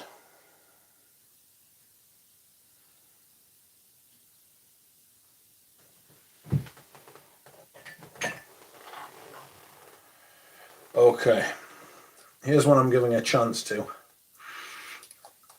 Which lot are you selling more from? Is it the autumn, winter, or spring, summer? Well, I've only been selling from the autumn and winter so far, so I haven't even put any of those fragrances up for sale yet. It's just a shame you can't ship from the UK, isn't it? But you can't. Anyway, this is Timbuktu, vintage Timbuktu. I am going to be giving this a go, praying that I can get my head around it. What I'm not going to be giving a go, no, sorry, that's the wrong fragrance. This is, I'll come on to that in a minute. Any more ultra summer fragrances? Ooh, maybe these two. These are brothers. This is Escalin Indonesia and Escalin Haiti. I think these are both, since they are eau de colognes, even though they're eau de cologne, yeah, they're eau de colognes. These, I'm going to try and wear more of these in the summer. No, a bit further back there. There you go. Timbuktu on the base soon.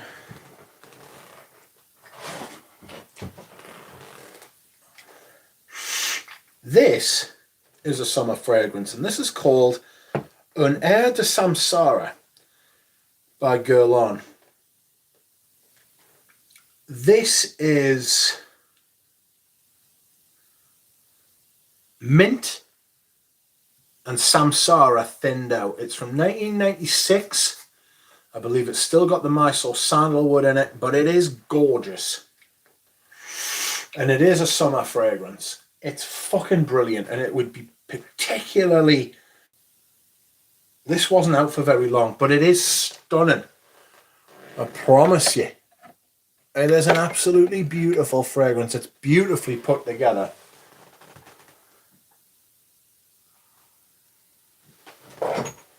Another summer fragrance I've neglected. This is a Colonia Resenza. Very much a summer fragrance. You wear it on warmer days and you go light on the trigger.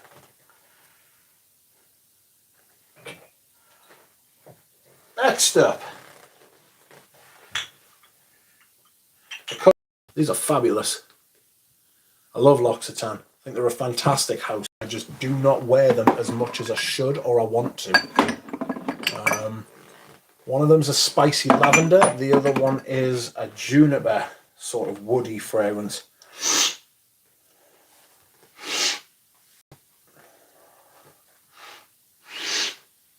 Yeah, that phrase is not really nice if I'm being honest.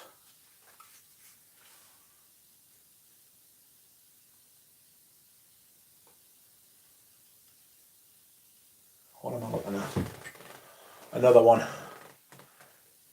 Iris Sondra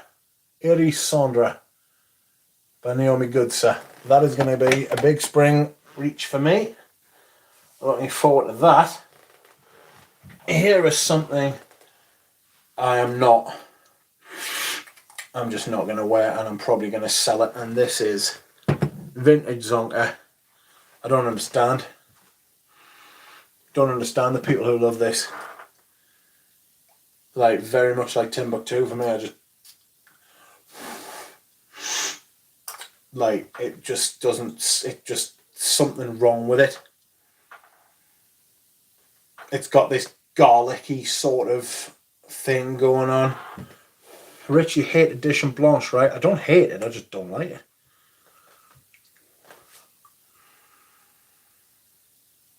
Zonka's weird. It's got this really weird kind of astringent herb kind of thing. Sell, mate, I will sell you it, mate. You just have to come and pick it up yourself. You know what I mean? You can fucking buy it off us, no problem. Once Persile's compared sick amount of onions, I sold it. Whenever I say I'm going to wear the hell out of something, I end up not touching it. Yeah, I do that as well. Yeah, I do that as well. I've cursed it for half the perfumes here, to be perfectly honest with you.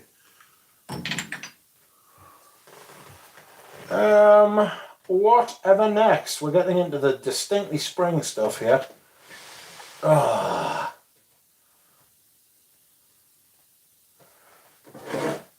Okay. Next up, a fucking classic, and I saw this on the Fragrance Apprentices video yesterday, and it is a classic. It's a fucking classic for a reason.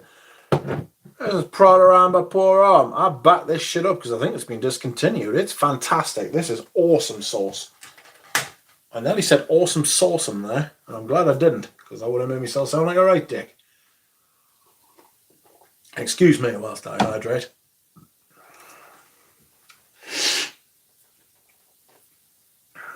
Zonka. Bollocks. Bollocks.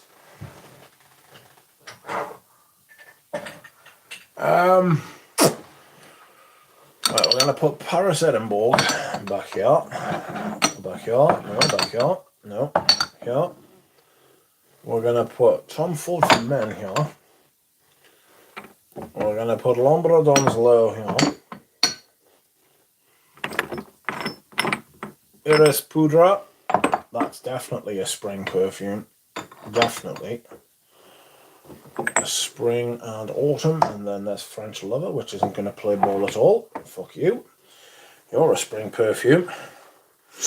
You missed out on the Amber Intense. I know someone who's actually fucking, I think she's still got some bottles of it. Oh, that stuff's so good.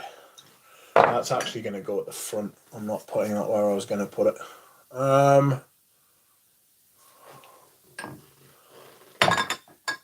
That's going to go there. Here we have a very interesting fragrance by Pierre Cardin, and it is called Bleu Marine. Blue Marine. Marine blue. Put the bottle here. Shut up. I don't know what that means. La Taleur Exquise. That is going to go here. Enigma. You're going to go there. I'm just putting these in where I can fucking fit them at the minute. I've still got a shit ton of stuff I need to put in. I'm going to have to fucking rest some of these this year. Body Koros. You know, I really like Body Koros, right? And I never wear it.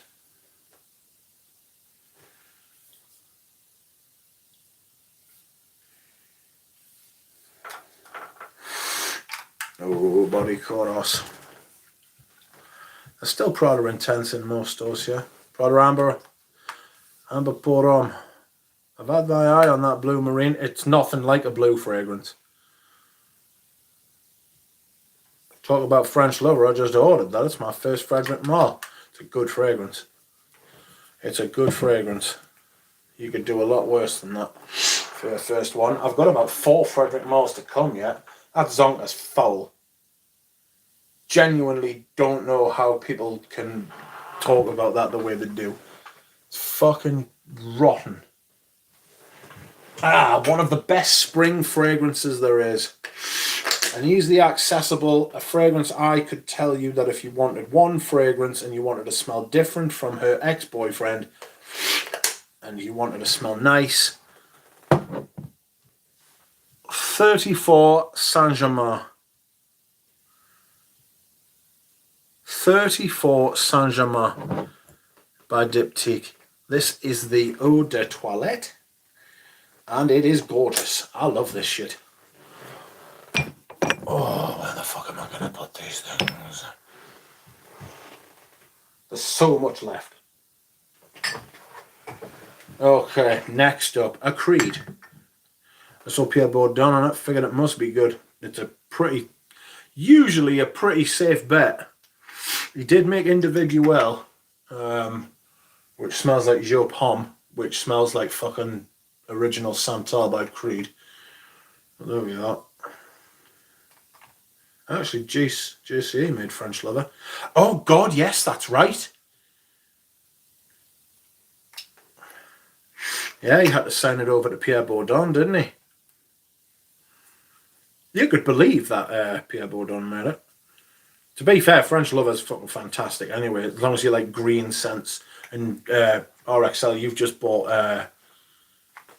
have just bought Descendre, so you should like French Lover. I'd be surprised if you didn't. Anyway, this Creed is called Aberdeen Lavender. This is a warm spring fragrance. It's got that warm, it's a bit like Amber Pour On from Prada. It's a bit like that. Got that hazy warmth. Also, the version of JCA was scrapped, says Pradeep.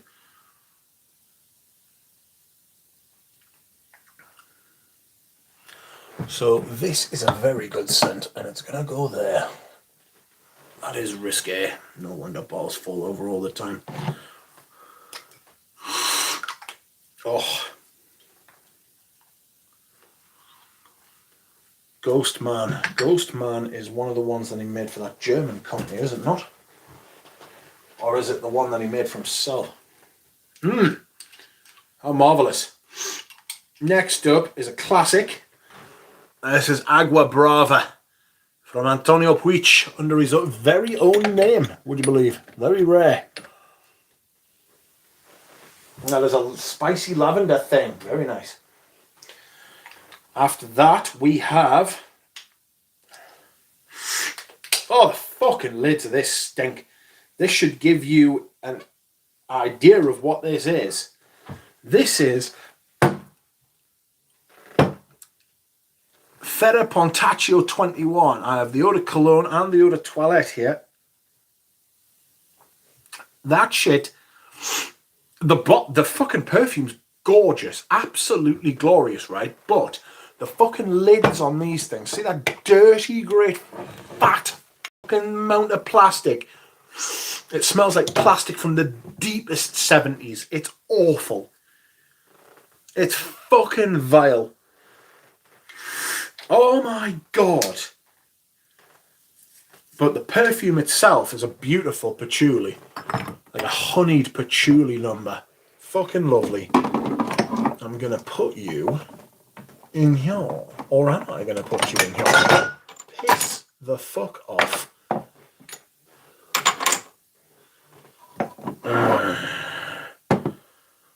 Get out. Like a zombie's asshole. Good point. How I hate. Just generally. I'm going to put the fucking Eau de Cologne in here for a second. Next up, we have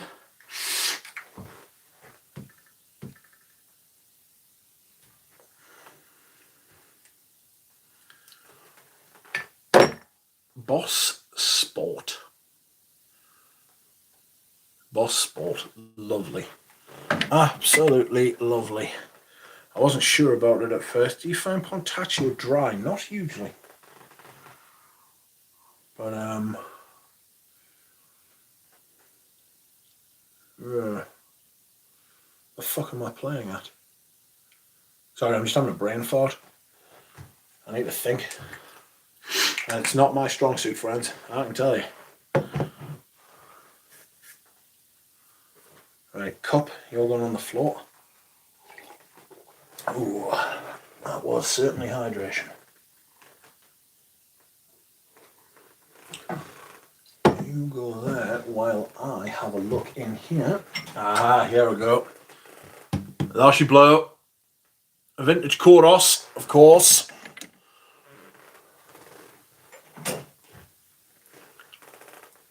Luciano, it is nice to see you again. If you had hands and weren't dead, I would shake your hand.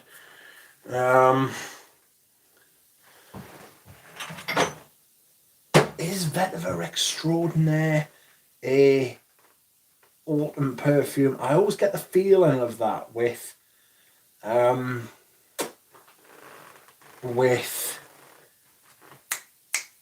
what's it called?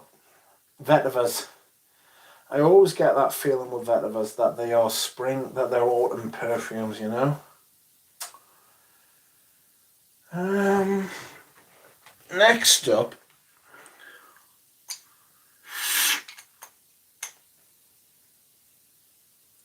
this is epic, says Stephs. Well, I'm glad you're enjoying it. My back is certainly not on the same wavelength as you.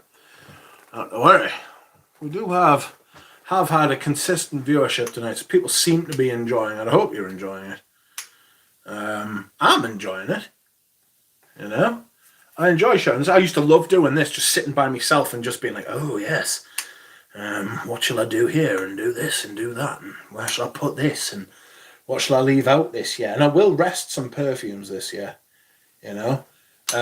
This is the first time I've ever been selling perfumes off. I never know when this chair's going to stop going backwards.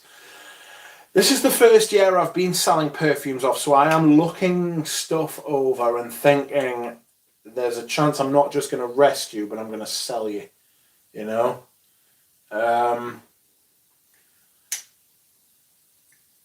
Because they're not getting worn. It's not that, I mean, I don't own any perfumes I don't like, with the exception of Zonka, which is just fucking abysmal. And a couple of other things, you know. There's like very few perfumes. I've said I don't own any perfumes I don't like. There's like, out of a collection of like 400 perfumes, there's like 3 or 4, so like 1%, you know. But this isn't one of them. This is a perfume I do like a lot. This is Paprika Brazil. This is an underrated, undervalued member of the Hermes Essence line. Fantastic sauce. I really like that stuff. Next up, I don't know if I should have put this at the back. I was eyeing it up for a long time because it does smell like summer to me, but it's got that, you can wear it in the spring, and this is Beaumonsieur EDP. I've got the Cologne Concentrate version, which I slightly prefer, but this stuff is fucking fire. It is brilliant. It is one of the best lavenders. It's Jacques Polge's take on the lavender, you know, on the OG. Aberdeen Lavender is Shostakovich's first ballet suite in scented form. All right. Is that how it is it? Yeah. And we're whipping out the old Shostakovich fucking references these days, are we? Am I bringing Rachmaninoff out? I'd be surprised if you didn't like Rachmaninoff, actually. Galen, you like Rachmaninoff, surely. It's like that almost perfect fucking overlap of heavy metal and fucking classical music. Tell me, Galen, do you like Rachmaninoff?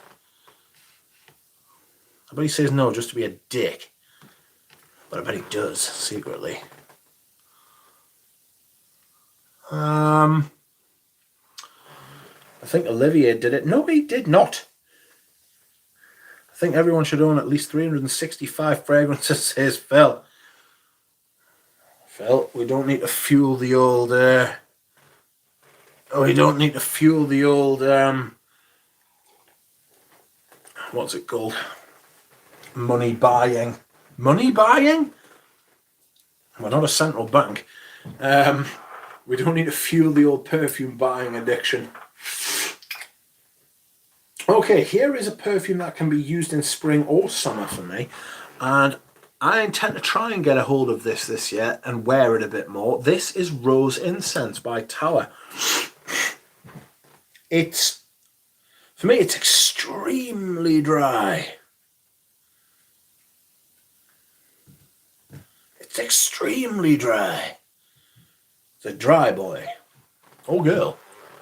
But I think you can wear that in the highest of high heat.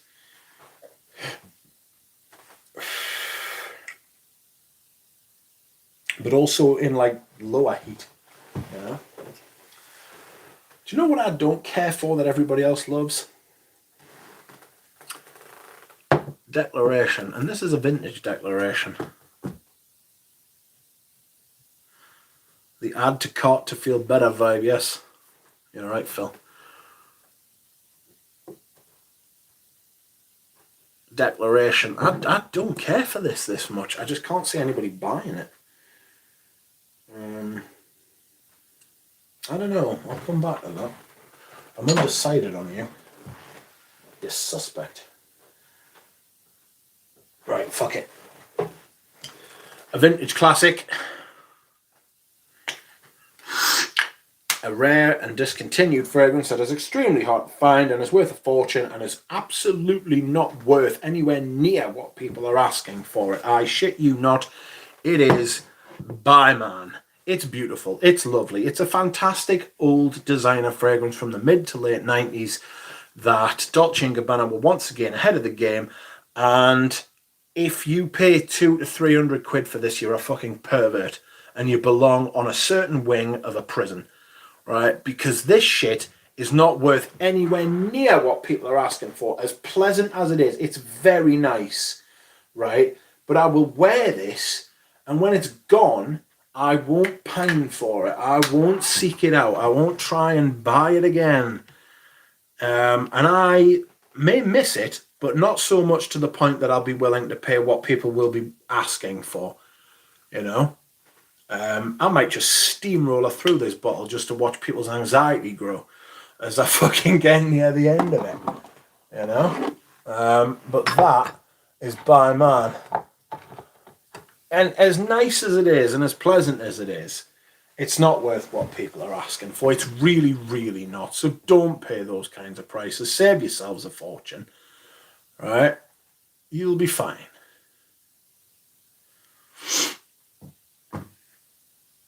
How am I going to get all of this shit into that space? Heritage, you're going to have to go into fucking hibernation. Sorry, mate. I simply cannot justify keeping you when there are other perfumes here. I think it would take me a lifetime to find 365 bottles that I would absolutely love. I am very picky to buy a full bottle as I need to love the fragrance. Many that are nice, but I need a home run. That is the best way to be. Galen, tell me, do you like Ratman enough?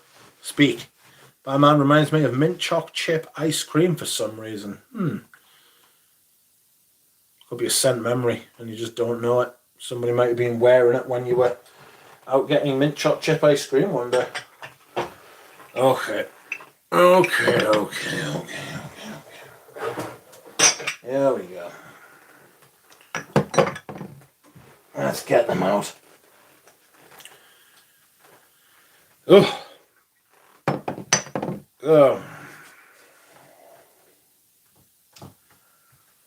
Where am I going to put these?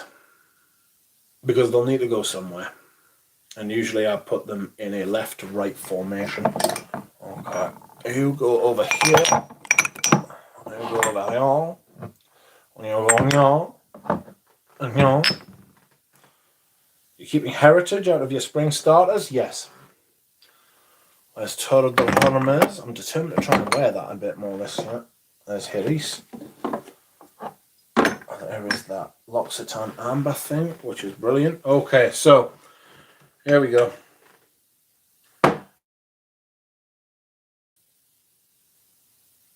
It's alright. So there's Aventus. Original Vetiver, which is an absolutely fucking sensational fragrance for the high heat. Royal Oud, or Royal Cedar, or Royal Pink Pepper. Anything but the name.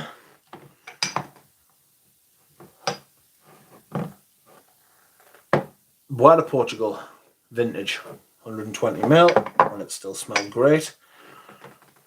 And Himalaya, my first Creed love. Too many notes. Too many notes. Yeah, I know. Yeah. A little bit of writing on and off does go a long way.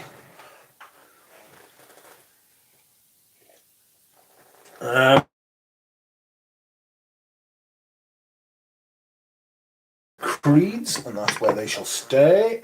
I may sell the Aventices. A tie.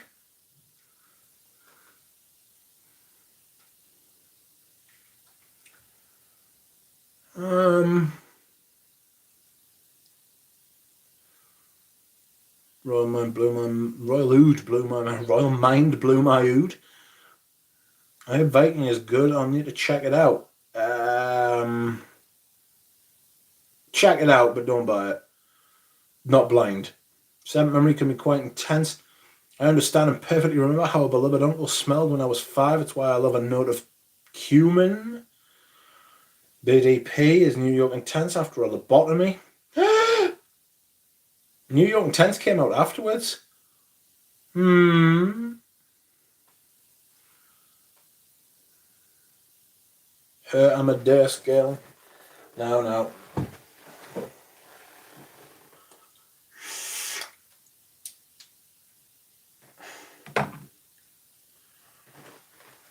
Fragrance chess match. It's fucking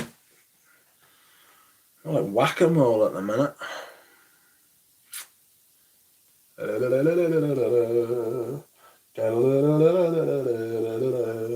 Ooh, I know.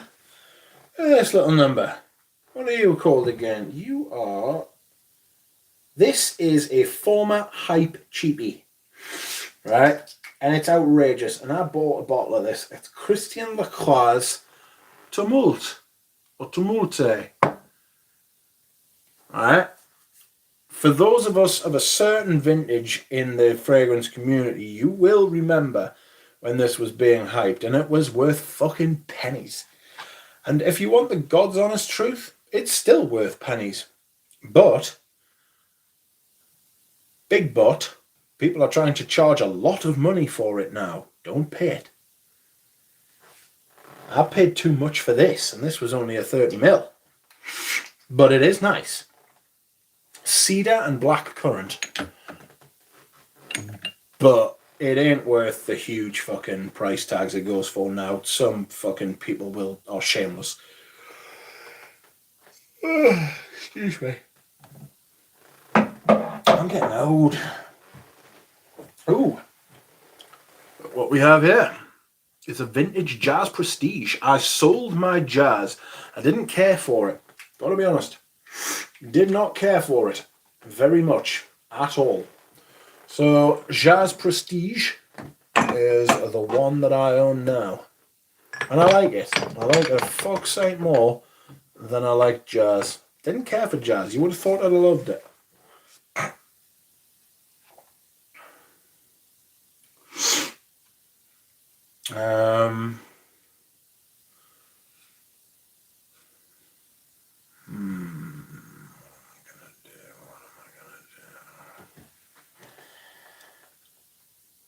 Okay, this one's got to be in there.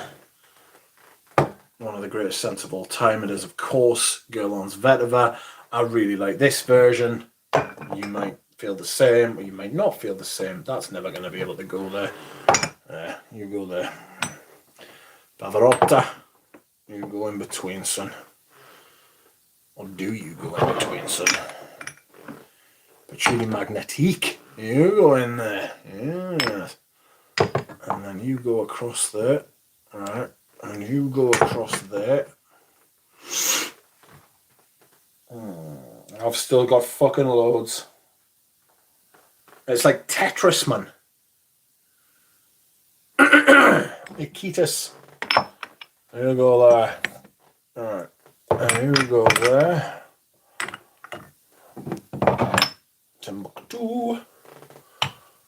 Senza, go up there. Safari.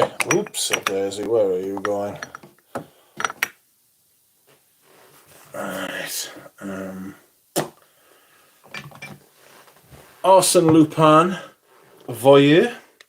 Beautiful. Soft. You can wear this anytime. I just put it in my spring and summer rotation because it's for the colder days, and I do like it. I do like it a lot. Wow, I'm gonna have to put it down there because there's nowhere else for it to go, I'm afraid. And it's gonna be joined by Basila one more. Yes. There you go. Okay, so that solved a few problems. Let's get the fucking malls out the way, shall we? Oh, fuck. You stupid man. So there's a couple of summer fragrances here which I have failed to put at the back. One of them being the sensation of last year, the find of last year, the fucking perfume of last year. Geranium Pour Monsieur. Shit. That's going to go into here because it shouldn't be where it is. As is Cologne Indelible. Cologne Indelible's lovely. It really is very nice, but it's a summer perfume and I've dropped a bollock. Portrait of a Lady. Portrait of a Lady, I have a 5ml, as I also have a Monsieur as well. I've got a little one of them 10ml decant things. Musk Ravagul, shit the bed. Musk Ravagul.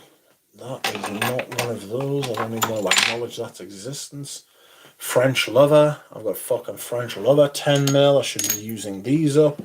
I could have kept the bottles in storage. And there's a Portrait of a Lady. So I'm going to use those before I put the bottles out. Musk Ravagul. That's not how you pronounce Musk Ravagul. But there's music for a while. I don't have a small bottle of that. Music, Portrait of a Lady. You are going. Oh, that saved a lot of space. Body Chorus. That is going to go down one of these little hatches. So I can't imagine I'm going to wear that very often, if I'm being perfectly frank. Rich shows you sexy carpet. No, you have missed. You have missed out, Dura. Unlucky. Here's a perfume I'm not sure I'm going to actually wear, but I own anyway. Bleu de Chanel Parfum, the only blue fragrance I own. Anybody out there who thinks they need more than one blue fragrance is a silly sausage. Why do you possibly think that? Surely you can't be serious. What am I going to do with this? I've got a vintage Pasha de Cartier, but it's a nightmare because it doesn't stay right. I've got to be honest, Dura Rose says he doesn't like Bleu de Chanel Parfum. If I had my time again, I would have gone for the Eau de Parfum because I think it is the quintessential typical blue fragrance. I think it's the best of everything as far as a blue fragrance is concerned. Here is vintage Sung Hom, which is a lot like Pradoramba Pour On. And Malto Smalto. Maybe my favourite barber shop. It's certainly one of them. Lauder for Men. Not a vintage. This is a more recent one, apparently from the early 2000s.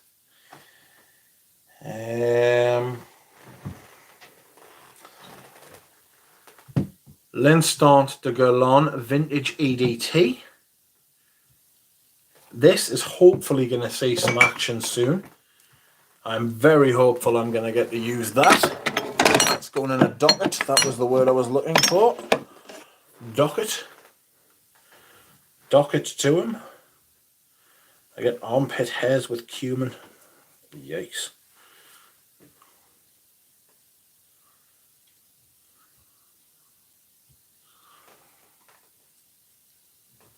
Okay. So this is another summer perfume, but I never wear it. It's Gucci Pour On. I never wear that. I might just give that to Richie G. Like. A perfume I do wear and I'm looking forward to wearing again is Azzaro Pour On. Fabulous. One of the finest.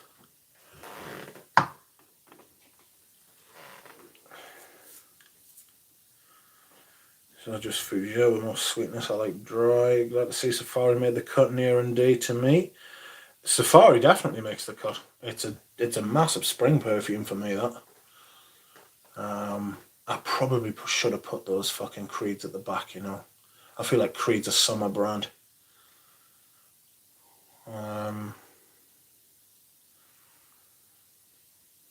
Shut up, Jura. I don't think so, Fast. Even I think blue. I think cheap male body wash. Yeah, I think that as well, to be fair, Abe. I feel like it's a body wash thing. Vet of a Tonka and your Hom are back there. Enigma is going to go on top of Loves by Umi. Next up, I have a Springtime Amber fragrance. This is a very light amber. And this is Vintage L'Eau d'Ambre. Sorry. I beg your pardon for trying to sound more French than I am. This is a light amber that is... I am going to test this out in the spring and the summer. See if I can see. I've always thought there are aspects of amber you can wear in warmer climates. So I'm looking forward to trying this and seeing how it goes. I'm going to put it here. Next, all right, I've got some classics. I don't know that I'm going to wear this year. I like this. I do like this. This is very nice, but it's very plain for a niche perfume, and the fact that it costs 200 quid is an absolute disgrace. It is Oris Tattoo. Very good modern niche perfume, but it's overpriced for what it is. It's a synthetic iris, and it smells like a really high quality soap. It smells like a Prada fragrance, but the price of it's absolutely crackers. You know what I mean? I don't know what the retail for now, but I got it half price at the Santas. And I was alright with that. I was okay with that. But no, I wouldn't do it again. Oris Tattoo. Ooh. Parlez-moi de parfum. Fucking Christ.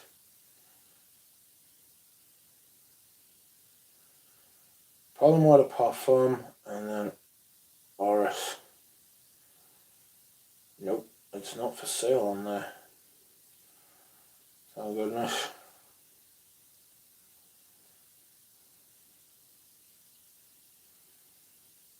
Okay, so where am I? I've still got a couple of fragrances to go, so thank you for bearing with us. I don't know how long we've been on for, about 2.5 hours now. It's not so bad.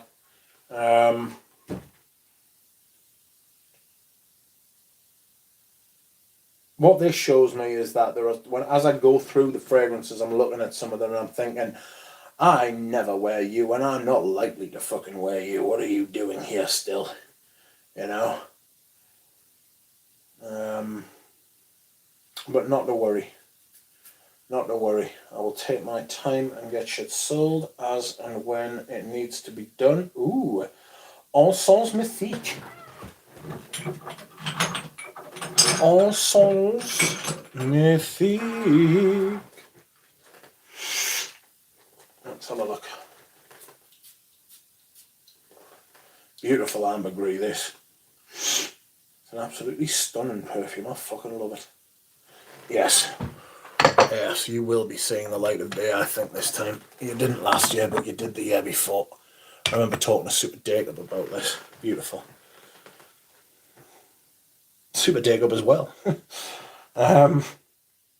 Next, we have a rare and discontinued fragrance. And this is a lovely lavender thing, sandalwoody thing, I think, if I'm remembering correctly. This is very Valentino. I really like this. I really like it. Very good perfume. Very nice, very pleasant, you know. Where am I going to put you? Where am I going to put you? I'll put you. Which one are you? French liver. I know where you're going. Because I've got a 10 mil of you. So that is going there. That's worked out alright. No. You're going down the front. Water Parfum. Okay, so I've got 3 left. 4 left. Could have done with it being 3 if I'm being perfectly honest. The next one up is a perfume that you will all know, you will all recognise, and you will all fucking shit yourselves when you hear me say it. Gucci Envy. Gucci Envy. Long lost Gucci Envy perfume. This is a partial, a tester, a fabulous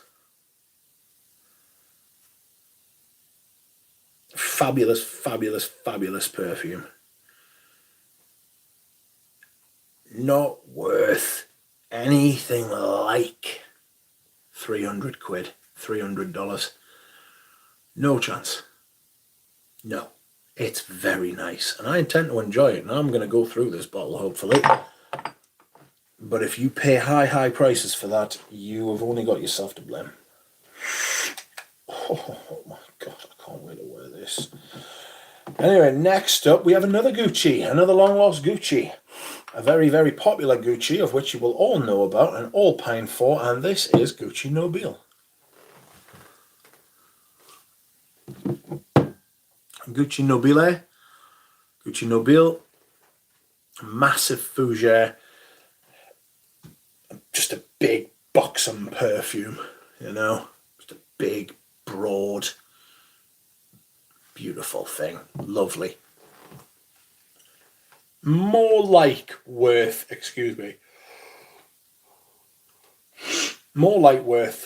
the money that people ask for, but still not all the way.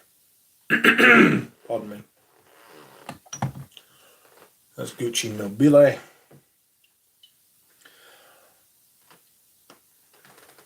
This is Honda Grey. I love this. To me, this smells a bit like Smelted Pour Homme. I believe this is a Gerard Anthony, and it is absolutely beautiful. It was Parfums Grey, Eau de Toilette, 84%, 75 ml. I've got a lot of bottles of this, and I really like it. I highly recommend you try and smell it because it is a vintage masculine, which smells like a vintage masculine. There you go. And lastly, my friends, where the fuck am I going to put this?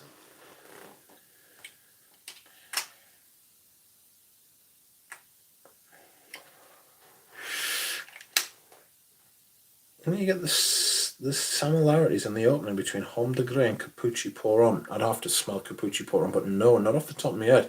Hello, Wes. How are you? I have met Wes in real life. I've also met Alan, actually. Just remembering that. But no. Allow me to continue with this. What I was saying. This was a present for Christmas from an absolute hero. Off a Nouge, I received Iris Nazarena, a fruity iris. One of my favourite niche fragrances, one of my favourite discoveries that I have made in the past. Well, it's one of my favourite discoveries that I've made while collecting perfume, to be perfectly honest.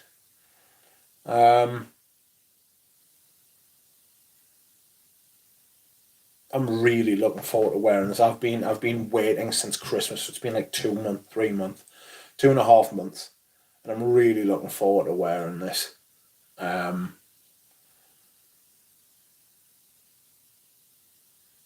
Fruity iris little number with a bit of leather and suede at the bottom. We will see how it goes, because I haven't actually worn it yet. I don't think I'm going to end up hating it. Put it like that. Iris Nazarena. I might wear this tomorrow. It'll depend. I mean, if it's cold, I could wear the amber, or I could wear Aberdeen lavender. You know? But it appears that I am done. As far as taking stuff out and putting it back in is concerned, now I need to put the autumn and winter perfumes back in the drawer. Would you like to stay with me while I do that, or would you prefer if I just did that on my own? I'm easy either way.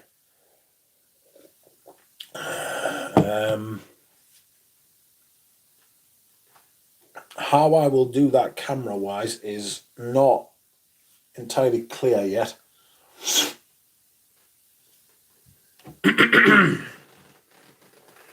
But we will see. What do you reckon?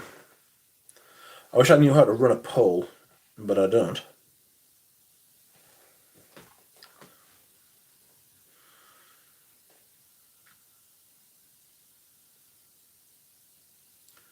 The chat is dead.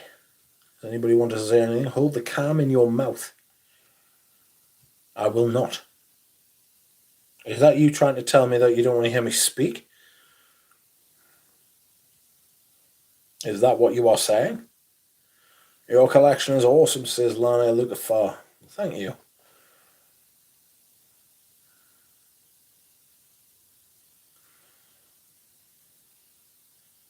I've got some stuff I'm not entirely enamoured with. There we go, there's a shot of how it's lined up at the minute.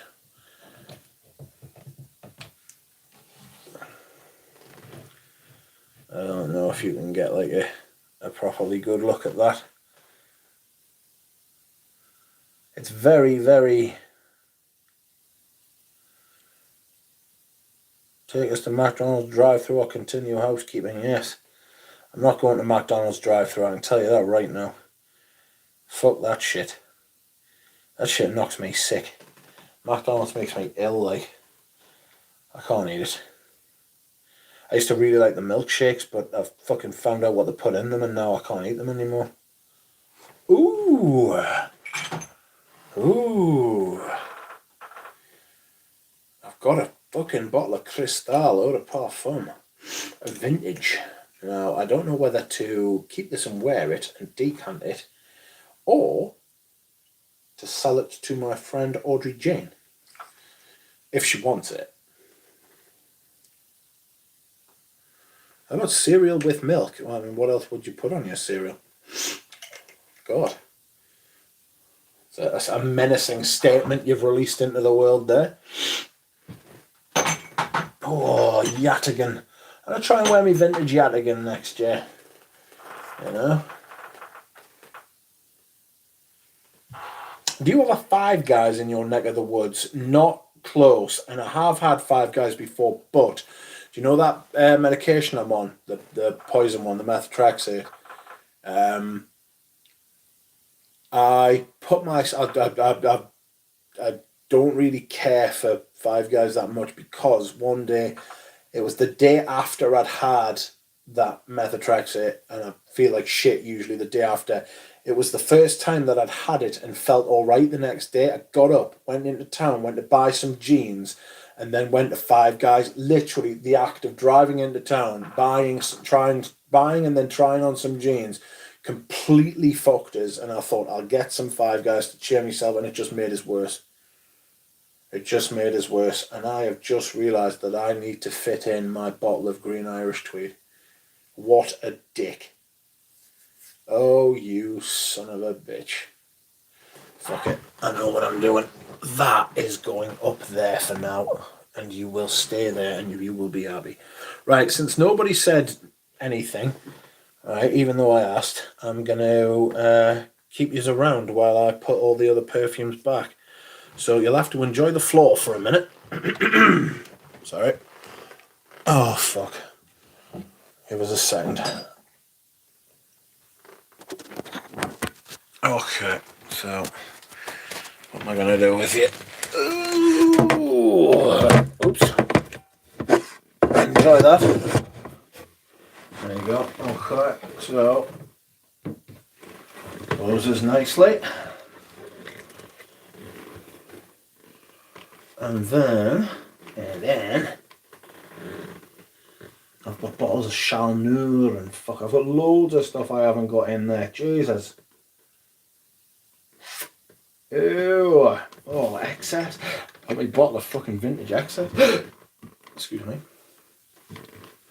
Okay. So, pick up the drop. Piss off. Okay, so there we are. How am I going to make this work?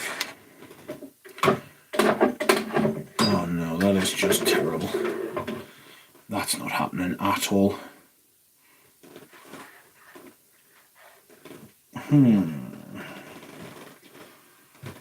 Oh, you fucker.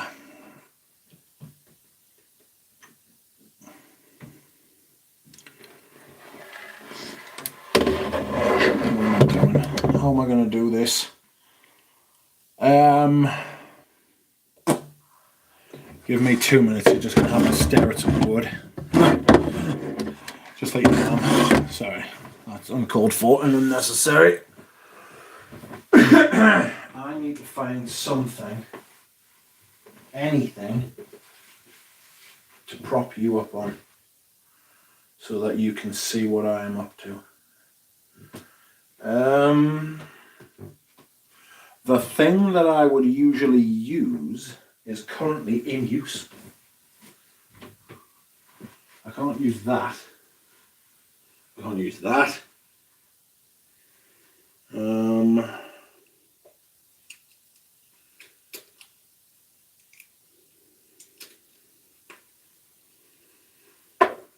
What do I need? What do I need to use, brothers?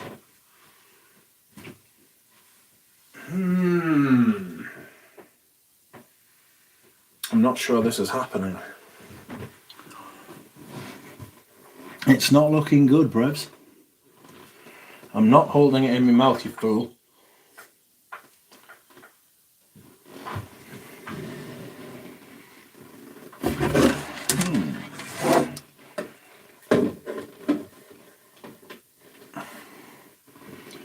How is that not the worst?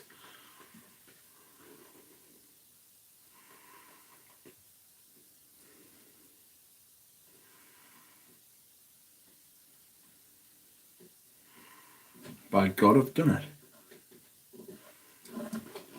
You like that? Yeah. Aha! I am a genius. Well, kind of. You hear the little crinkles there? Yeah? I've pinned the microphone to a plastic bag securely. Okay. So.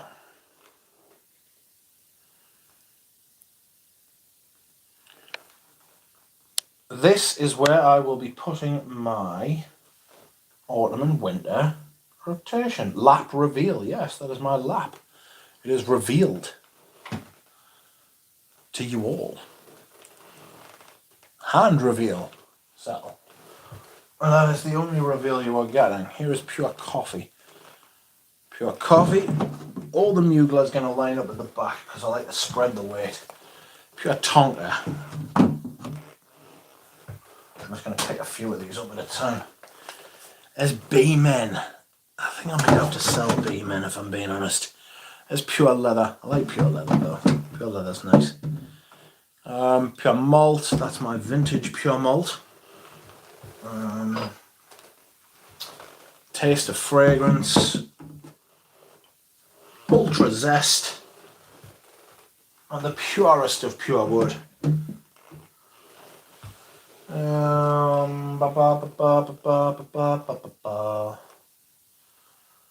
Okay.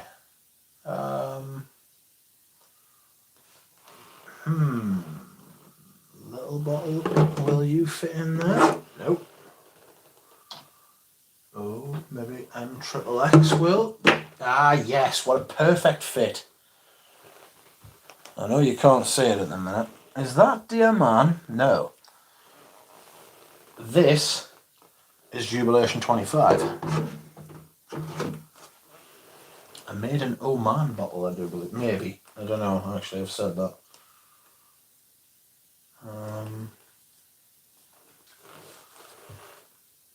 That's my Givenchy Gentleman. There's my Blend 30. Creed Venetia. That's just going to have to go there for a minute. That is Borneo 1834, which I will put, whoops, I'll put there lying down. I fucked everything up. There's my Mugler Amen. You fucking bastard. Oh, fuck off.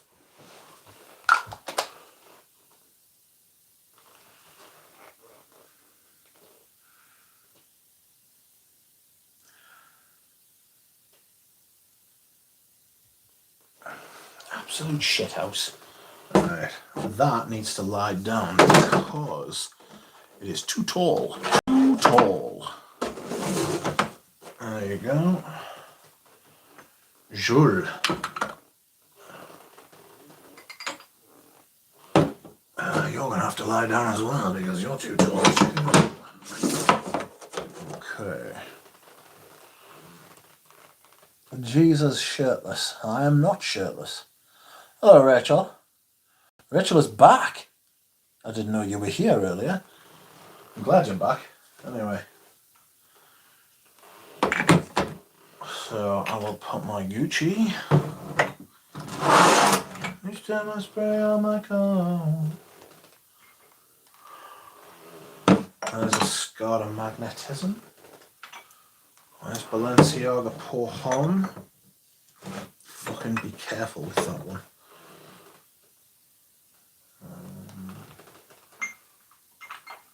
There's my Gucci Pour Homme 1. Hey Bluey and LA, it's actually the cheapest fast food place, believe it or not. Aaron says I just joined the stream and I heard fuck off immediately, followed by silence. Welcome Aaron, sorry. You can expect plenty more of that. And if you'd been here earlier, you would have heard plenty more already. Start as you mean to go on. Jojo Beverly Hills Special Reserve. Big patchouli thing. My favourite tobacco, which is probably my favourite tobacco, which is Tobacco Rouge. One of my favourite vanillas, which is Eau de Beurre. I did smell Tejota the other day. I was very impressed with Tejota, actually. I think it's really nice. It's not something I would ever wear, right? But I did like it quite a bit. There is Macassa, which I have a horrible feeling I'm going to have to decant because it's not a pump action spray. It's a you know what I mean. It's under pressure. I forget what you call it now. There is my Bond number 9, the only Bond number 9 worth owning. The rest of them are shit, and I still haven't forgiven them for what they did to fucking Sebastian. Tejota is really nice, but I get bored after a while. Yes, it does tend to have that. Look, can you see yourselves? Can you see yourselves talking on my phone? So I've got the camera up here, but then I've got your words here. Yeah, it's like, you know, like when you're in an aeroplane, you fly over your house. Looks like Duck has a healthier gut than most people if his body rejects McDonald's on its own. Oy, oy, oy. It just makes me fucking ill, like. Sycamore EDT. Coromandel EDP. Inception, says Aaron. Welcome to you, my lord. How are you doing?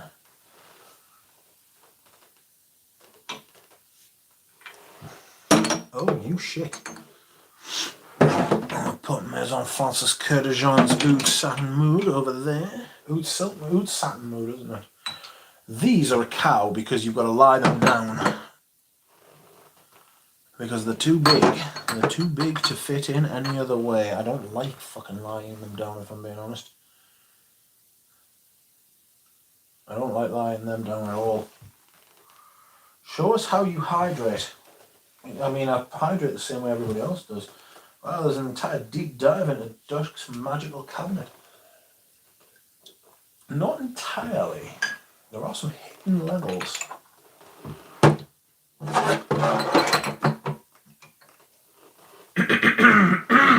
Sorry.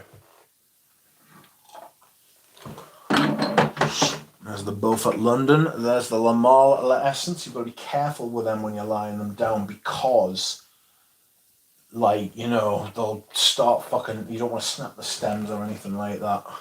I think I can get more in there, can't I? Can I get you in there? Yes. There's man de Chanel. Stop moving when I tell you to stay still.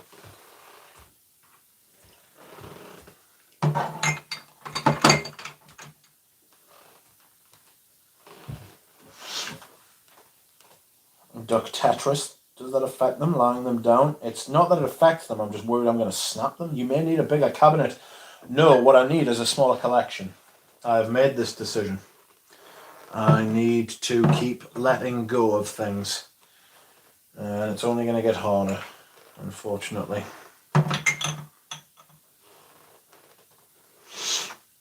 There's Nawada Peace. There is Opium. Oops. There's Tom Ford. Noir Extreme. There is Kerosene's Follow. I really want to try Followed. There is Bois 1920's Real Patchouli. The Shites. There is Profumum Roma's Arso. Up at the Arso.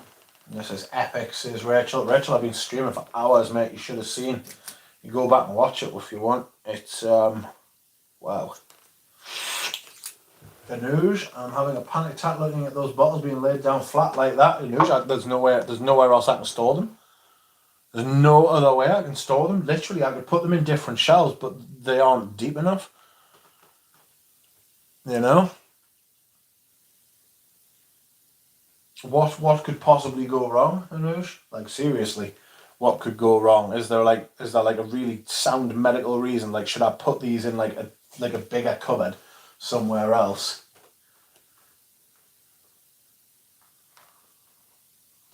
Ebony, which I rarely wear. I wouldn't sell because it's a fucking nightmare to get out of. This is Russian Tea, which is very much a winter fragrance for me. This is Vert Dansant.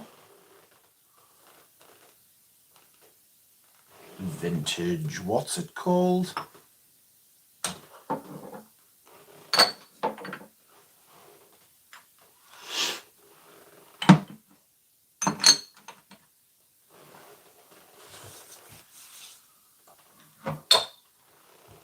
Dior Homme Intense. I just do not think I've worn that much of this. This is a 2016 bottle. I really need to start wearing more of this.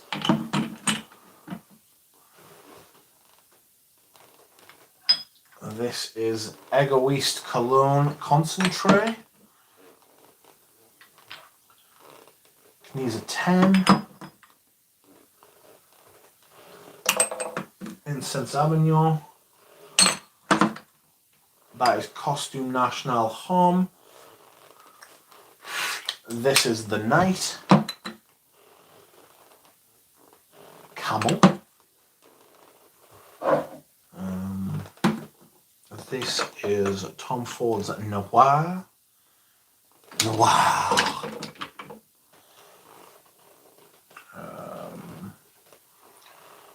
Encre Noir à l'extrême. Encre Noir. Anteus.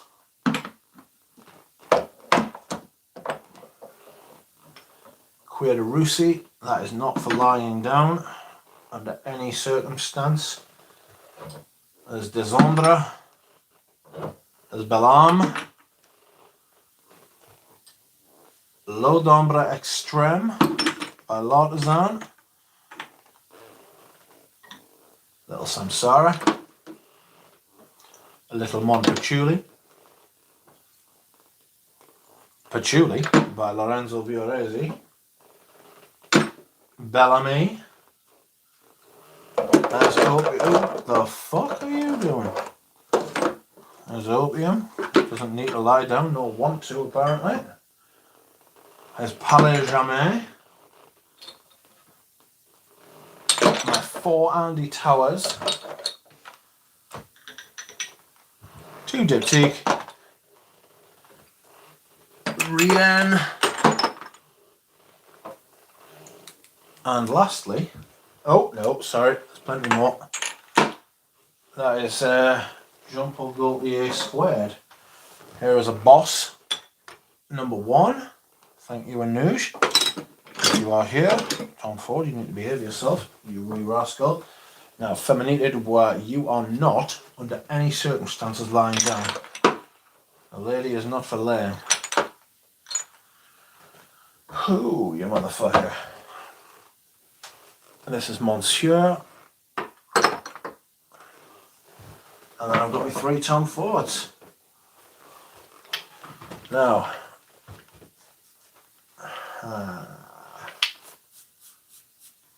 is there something else I would rather? I could just put those there like that, couldn't I? No, I'm not having them lie like that. Right, that's not how they're going to lay at all. I'm not having that. No, I'm not having them lying down. It's too much, too expensive. So they're going to stay on top of them like that. That's how it is done, my friends. That was much, much, much quicker than I thought it was going to be. Alright, and then down comes the thingy, like that. Up comes the camera. What are we doing now? We've got to be kicking on for like 3 hours now, surely. You know what I mean? There's one on the floor, says Fosco. That's a bottle of water. Oh God, there is one on the floor. What a fucking eye. What an eye. Well done. There is one on the floor. I did miss one. You're right. Well done.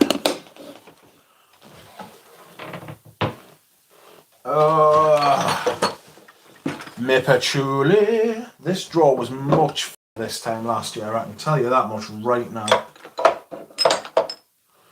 I can tell you that right now, friends. This draw was heaving last year. Oh, you son of a bitch.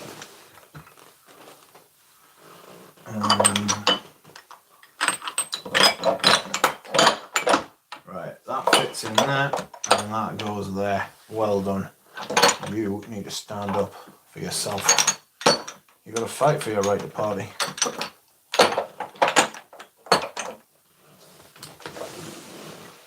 There it is.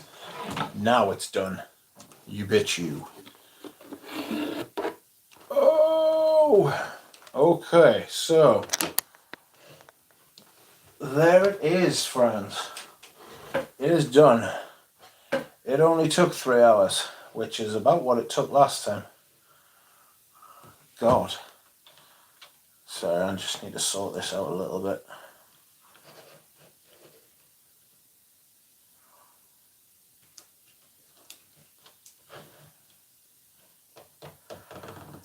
Let's go get some fish and chips. No, actually, I was sick the other day and it was because of some fish and chips. And I don't eat fish. Oh, right. We will have a little chit chat, shall we? Oh, God, I can sit back and relax now. Fucking God. That was massive. Oh. Oh, I'm going to put my feet up. Hold on. I've got the little stool here so I can put my feet up on it. Oh, that's absolutely immense. Or is it? Or is it? If you've ever watched Vsauce. Oh, excuse me whilst I hydrate.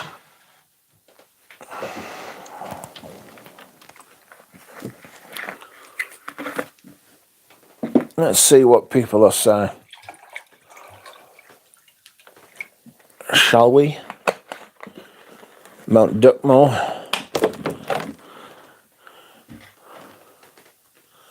Oops.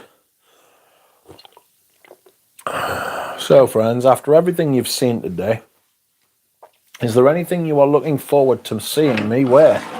Is there anything you would like me to talk about for the spring and summer rotation this year? Oh, God.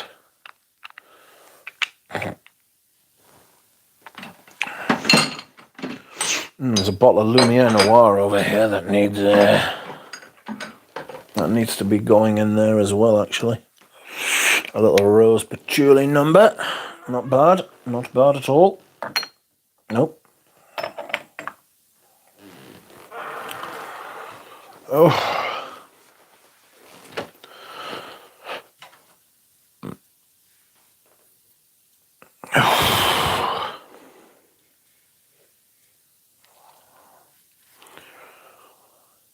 I'm just trying to get the camera angle sorted. Oh. Sorry. Well, what comes to your mind? Well, that's what I usually do. I just sprayed some Royal Sapphire from Tharmeen, says Kratos.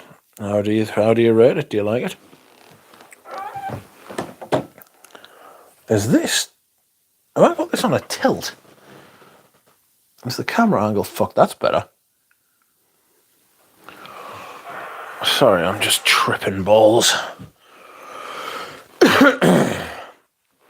What a massive, massive effort that was for perfume.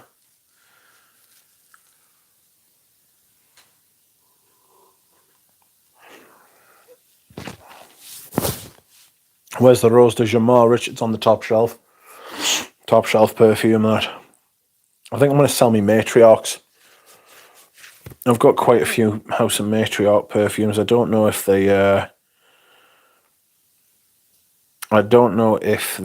sell well on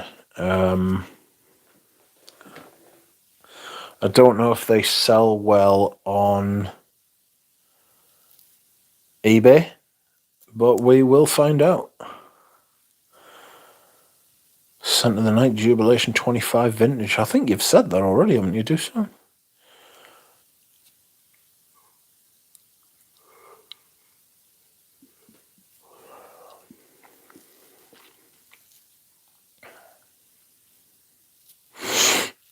Oh my God. How long have we been going for? Oh God, it's over 3 hours.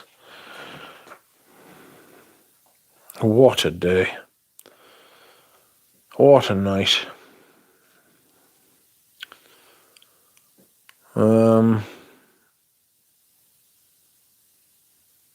Yeah, the Bleu de Chanel parfum's really got no right being there, has it?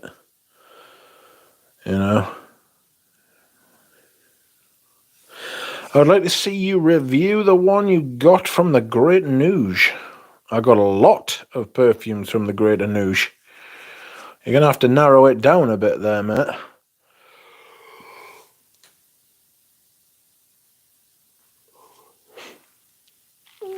GMG, what an incredible lineup, Rich. Thank you.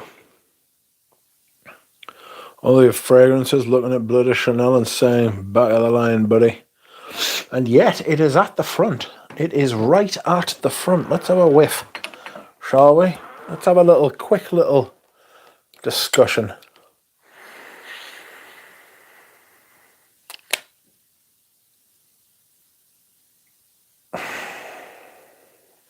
It's pleasant. It's nice. It's decent. You know? It's what it is.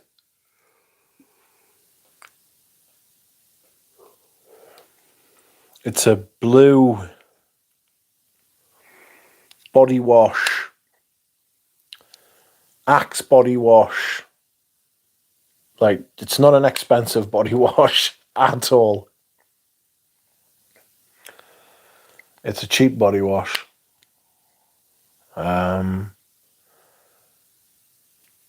And it's for teenage boys. If you find yourself waking up one day feeling like a teenage boy, then wear this. You know? Or if you want to feel like a teenage boy, wear this.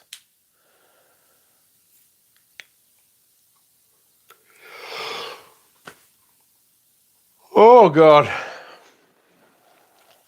I just think it's very...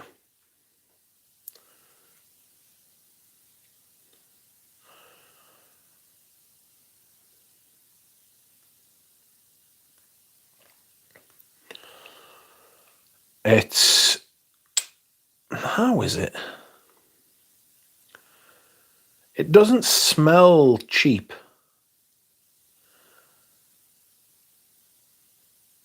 It smells...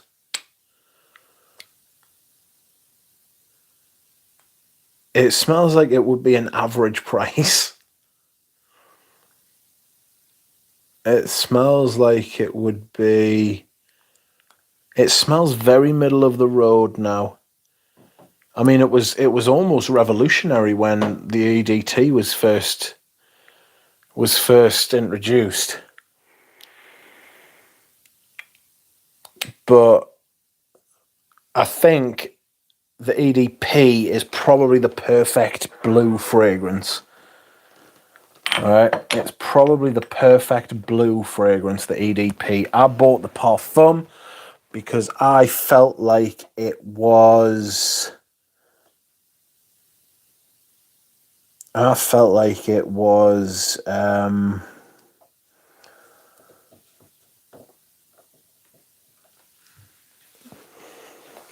had more. It had that sandalwood in the base that gave it this roundness. And to be honest with you, it didn't need roundness.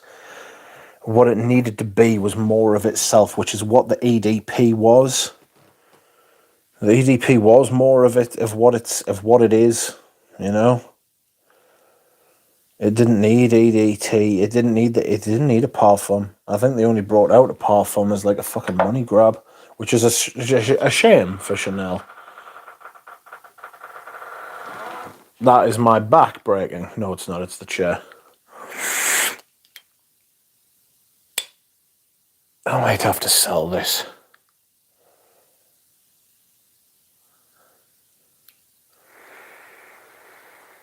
There's no point in it. Like, I would reach over this every fucking time. I would reach over this every fucking time. You know?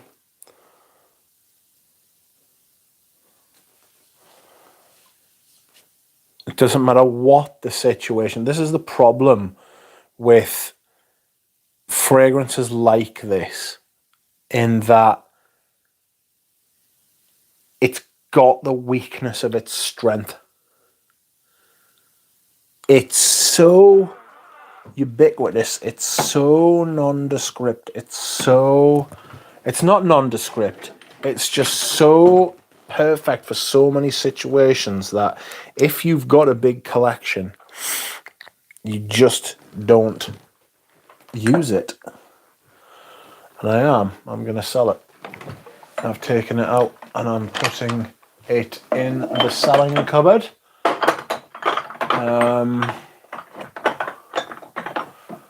It's going in. I mean, we could go through the stuff that I've decided to sell. Jesus. Shall we do that? And then I'll go. Alright, give us 2 minutes. I just need to feng shui myself. Put you down. I might go for a fucking slash as well, actually. Sorry. Sorry for coughing. Sorry for moving things. Ah, me spine, you bastard. Right. Move the lighting back to where it should be, usually.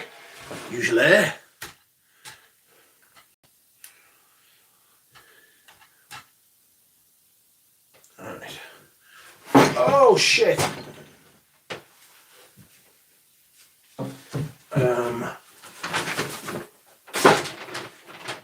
You go on there, you're a box.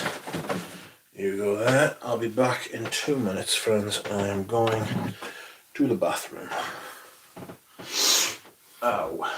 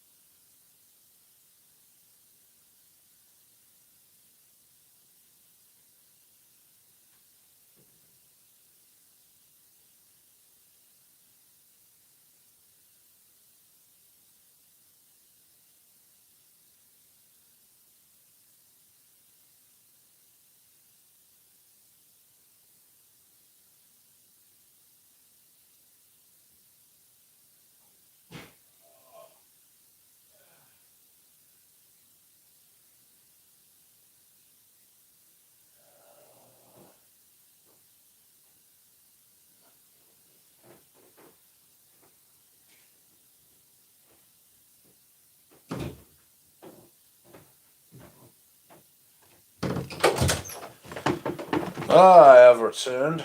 My spine is still in the bathroom, I think. What do we have here, friends?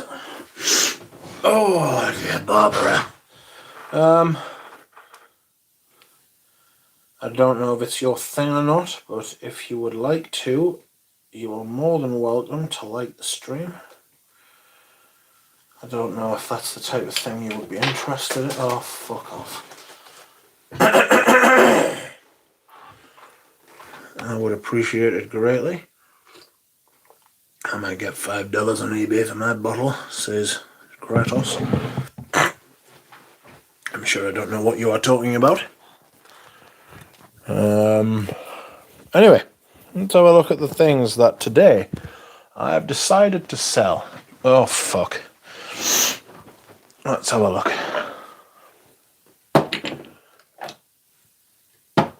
I need to... Yeah, I want rid of that.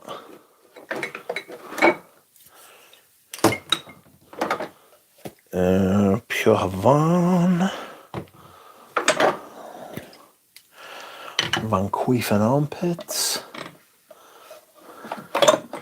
L'Omédiol. I'm just going to have to put all of these back. Why the fuck am I doing this? So, this is just what... Oh, there's fucking that as well. Shite. This is just what I have had a look at today as I've been going through. I haven't had, like, a lot of time to look. And I haven't had a lot of time to think. But this is what I've decided to sell. And first up, and it may come as a surprise, but I have decided to sell Frederick Marle's Promise. Promise to me has gone down in my estimation, unfortunately. Because recently the amber woods in this have become more and more jarring.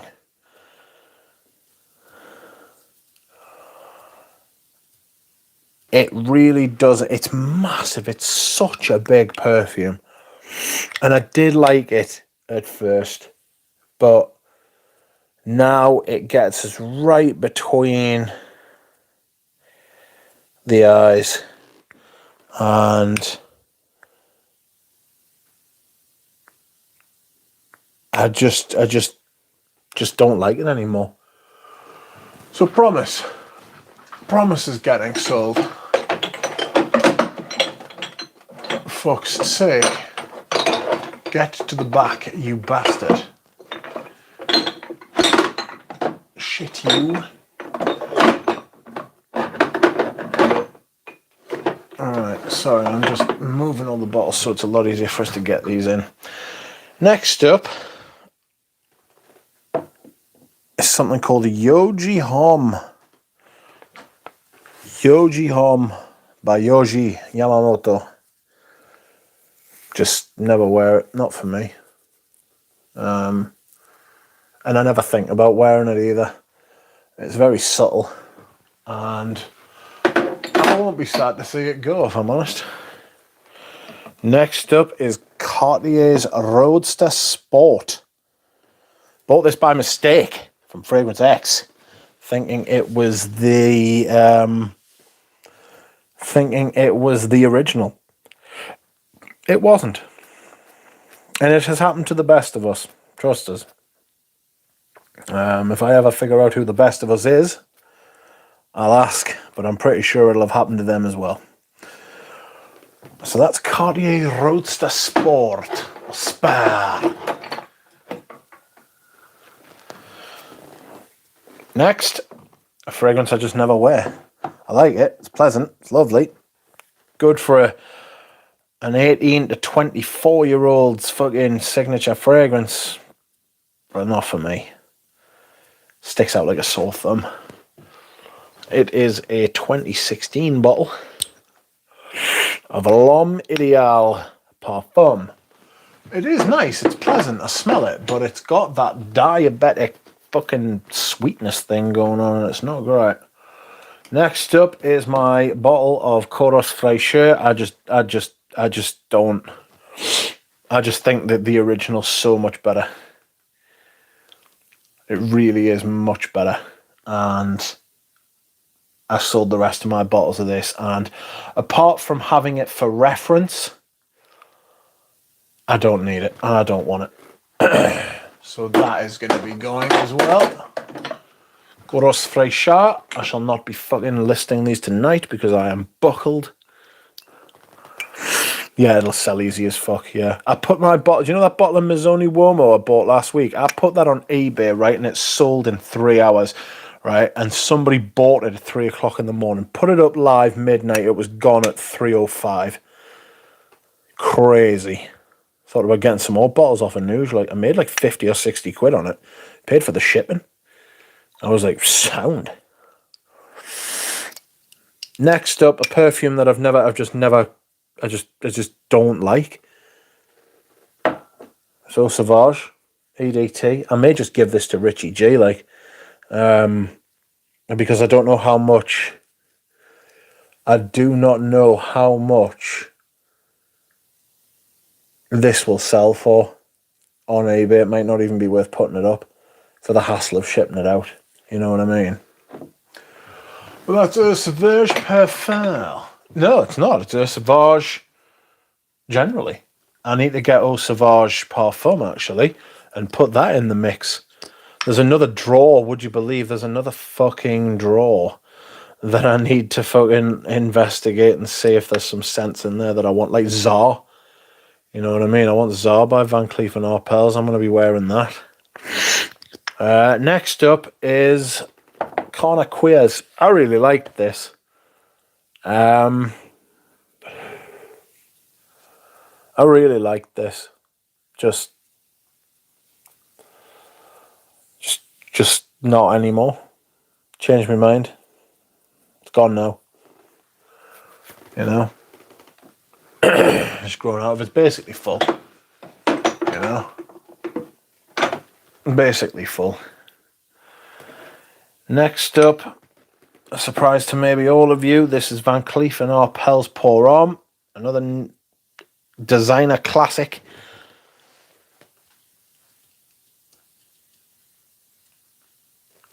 I just list everything on base notes. Skip the extortionate eBay fees. You'll probably get a premium because of the duck provenance. I'd have to figure out how to do that. You know? But I would only be able to sell to people in the UK anyway. Like, Richie G should hop on a stream yard showing your collection graveyard. He won't come on. I've tried to get him to come on.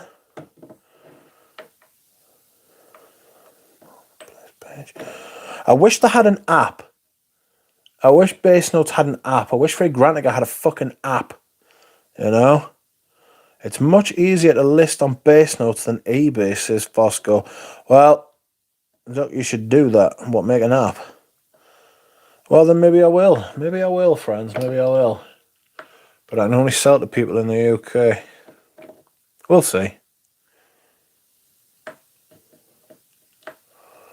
Anyway, I'll see if Galen can talk us through how to do it on fucking Base Notes.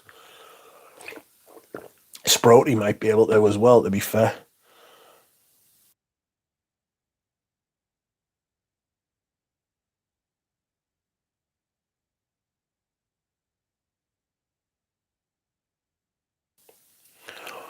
Sorry, friends, I muted the microphone there for absolutely no reason whatsoever.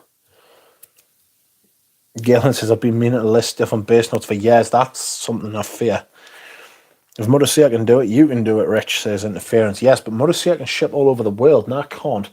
I can only sell to people in the UK, which is an absolute cow. A cow, I tell thee.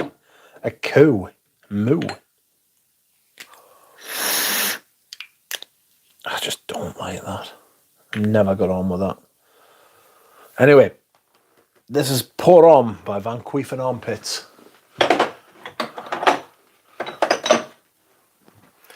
Next, as we saw before, Bleu de Chanel Parfum. Bleu de Chanel Parfum, just not interested.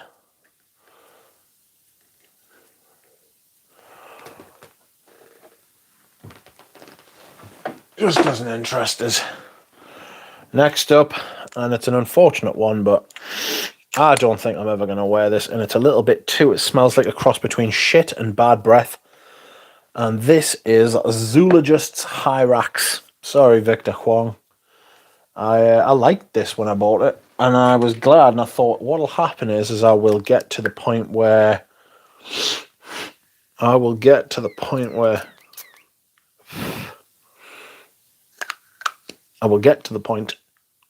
enjoy it. Like, I'll grow to love it.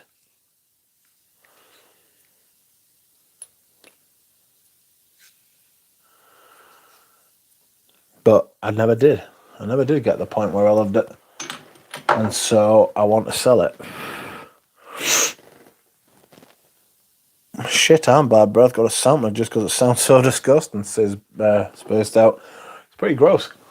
But not to worry. The type of thing you spray on somebody that you want to trick. You know what I mean? Next up, Fumery Turk. There is something about this that makes me feel sick. Just makes me feel sick. You know? Like, there's a queasy aspect to this that I just don't like. I don't know what it is. It's almost similar to Opium Pour On. There's something in that as well, but I like that. That stays on the right side. This is just on the wrong side. And I'm not a fan. I am not a fan of that at all. And then, do you know what it is? I bought it blind because I thought, of course I'm going to like it. It's Serge Luton. And then as soon as I smelled it, I was like, oh, fucking hell. When are you going to stop doing this? Especially with Serge Luton. You Burke. Anyway, next up, an even stranger one. Queer Moresque. Queer Moresque. Why, you may ask? Because it smells like Knisa 10 and Fendi Uomo. And I've got both of them. I really actually do like this quite a lot. I'm on the fence about whether to sell this or not, but I never reached for it. I never think about it. And it might just be better off in someone else's collection, to be honest. I really like these bottles, though. I just wish they were from another brand. I just wish he just stayed with the fucking thing that had worked and always had. But no. Next, Hortus Sanitatis.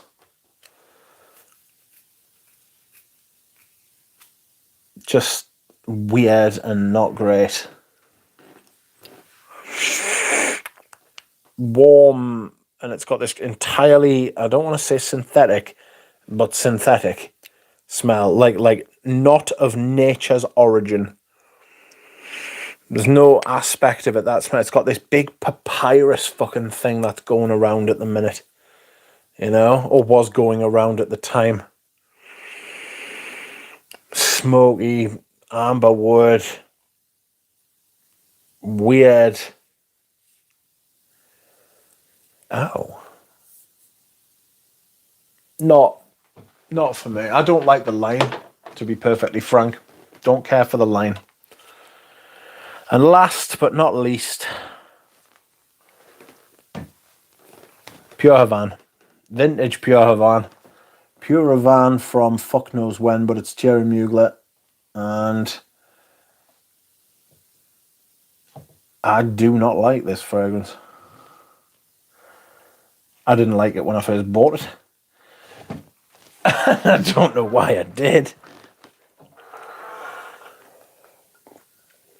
I've got other fragrances that do very similar things much better. And so, as such, I will be selling it.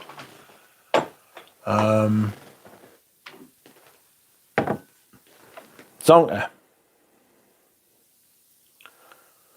I'm going to be selling Zonka because I don't like the smell of it. It's fucking rotten. Weird. Now the creeds. Silver Mountain Water. Original Santal. Vintage Millésime Imperial. Anu sold me all 3 of these, and I appreciate it greatly. I just don't wear them. I actively don't like original Santal. I was just buying these. The Silver Mountain Water is nice, but it's not my thing. It's not my thing at all, if I'm being honest.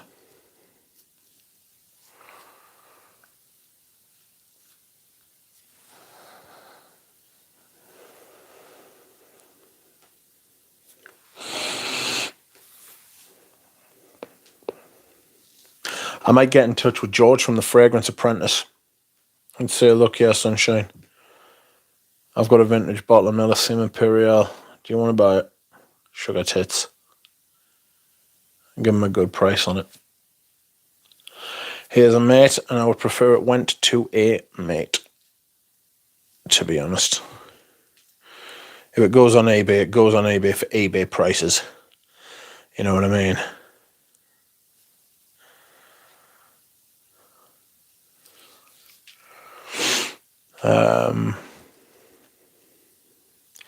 He'll give you a free consultation. I love George. I think George is fantastic. I think he's good for the community. I think that he adds incredible value, and it gives me anxiety that he keeps saying that one day he's not going to be in the community and he wants to draw a line under his channel. I don't like that. I wish he wouldn't say that, because I would miss him viciously. But when you say about the consultation thing, there is absolutely nothing George could tell me about my own taste. It's just, I mean, we operate in different dimensions taste wise.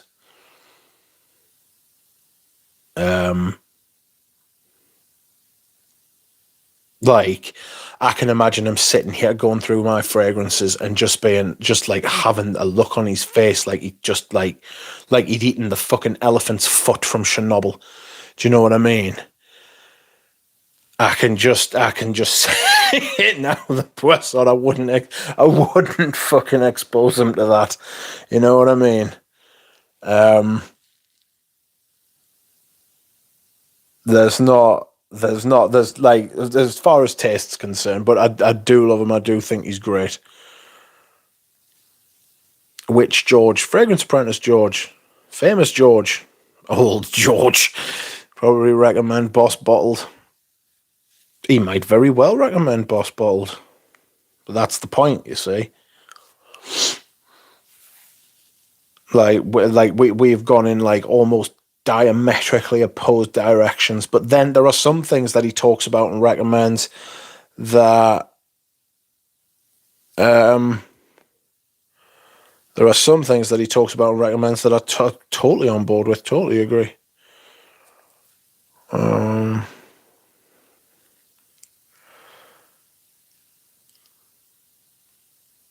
That's just the nature of it, isn't it? You know what I mean?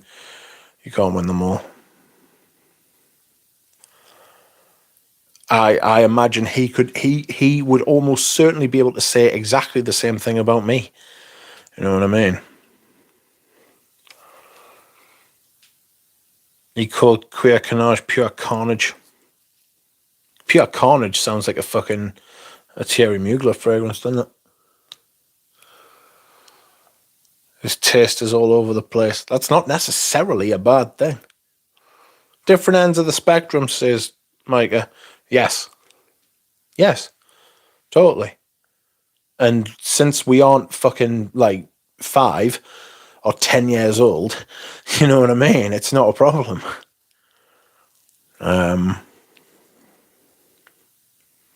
Immensely proud of the fact the man made a film. Fuck. Do you know what I mean? I don't care how it was funded. He made a film. A coherent fucking film. You people watch my videos. Do you know how impressed I am by the fact somebody I know made a film? Jesus. I'm struggling to live stream here. It took me I'd have started a fucking channel earlier if I wasn't so fucking worried about fucking it up. and I still fuck up some of my videos. I have never edited a video in my life. Dare say I never will. And if that holds back the amount of subscribers, right, that might actually be a good filter. I've thought about this quite a few times. If there are people who don't want to watch the videos because of the standard of the video, frankly, that's sound, because I'm not really trying to appeal to people who want to watch a really good video. I'm trying to appeal to people who want to talk about fragrances. Galen says, I've never not edited a video, but you're in the George sort of like area, aren't you? You're into like photography and cameras and fucking like shots and making things look a certain way, which I must admit I have a lot of admiration for people like that.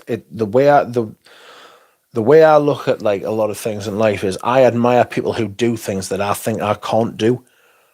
Not necessarily people who, like, I don't look up to people who do things that I can do, because I think, well, I don't fucking do that. Why? That's not impressive. You know? That's why I made almost $3 in AdSense revenue this month. Fucking hell. That much, yeah? I don't know whether to sell this mahogany. This vintage mahogany by Etro. I really like Etro. In 3 years, Galen can get a consultation. That's right. You get a consultation paid for you. Oh, you son of a bitch. Well, friends, I'm going to put these creeds at 40 people watching and 40 likes. I love out like that. If you're questioning it, Rich, it's time to let it go. It's not a bad call, that. It's not a bad call, that, is it? Let's be frank. Can I be frank? Oh, can I still be Rich Mitch?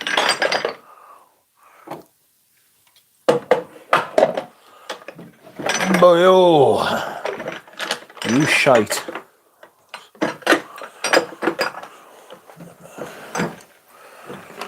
I'll just be like, send George a message and just say, give us your fucking number, give us your fucking address, or I'll kill you. And then send him a... fucking... I knew it. I'm tired now, friends. That's what's happening. I can tell you, I'm fucking tired now. I can't be arsed. Everything's fucking turning to shit. The microphone's come out. I'm fucked. I hope you can hear us, because I'm about to say goodbye. Oh, you son of a bitch. Where am I going to put you?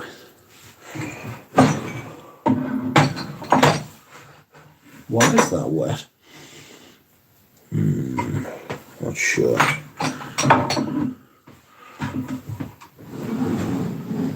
First, I'm going to spend that money on a guitar lesson with Mr. Smelly. Oh, don't. Just don't.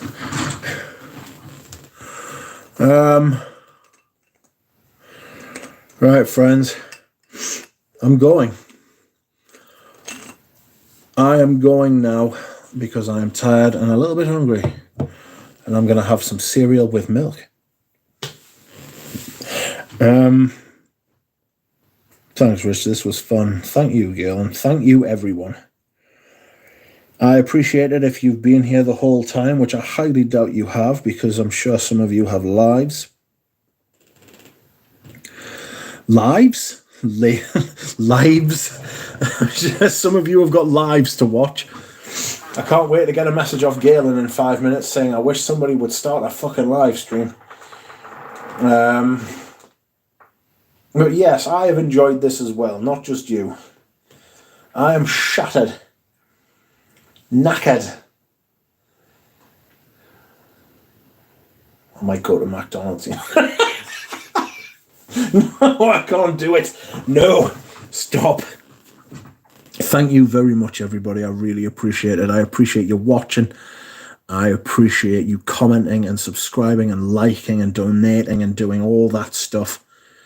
It has been emotional. The rotation, the world has turned, friends, and we turn with it. And on that note, I will see you all again soon. I might even do a video tomorrow. You lucky things. Good night, everyone. Oof.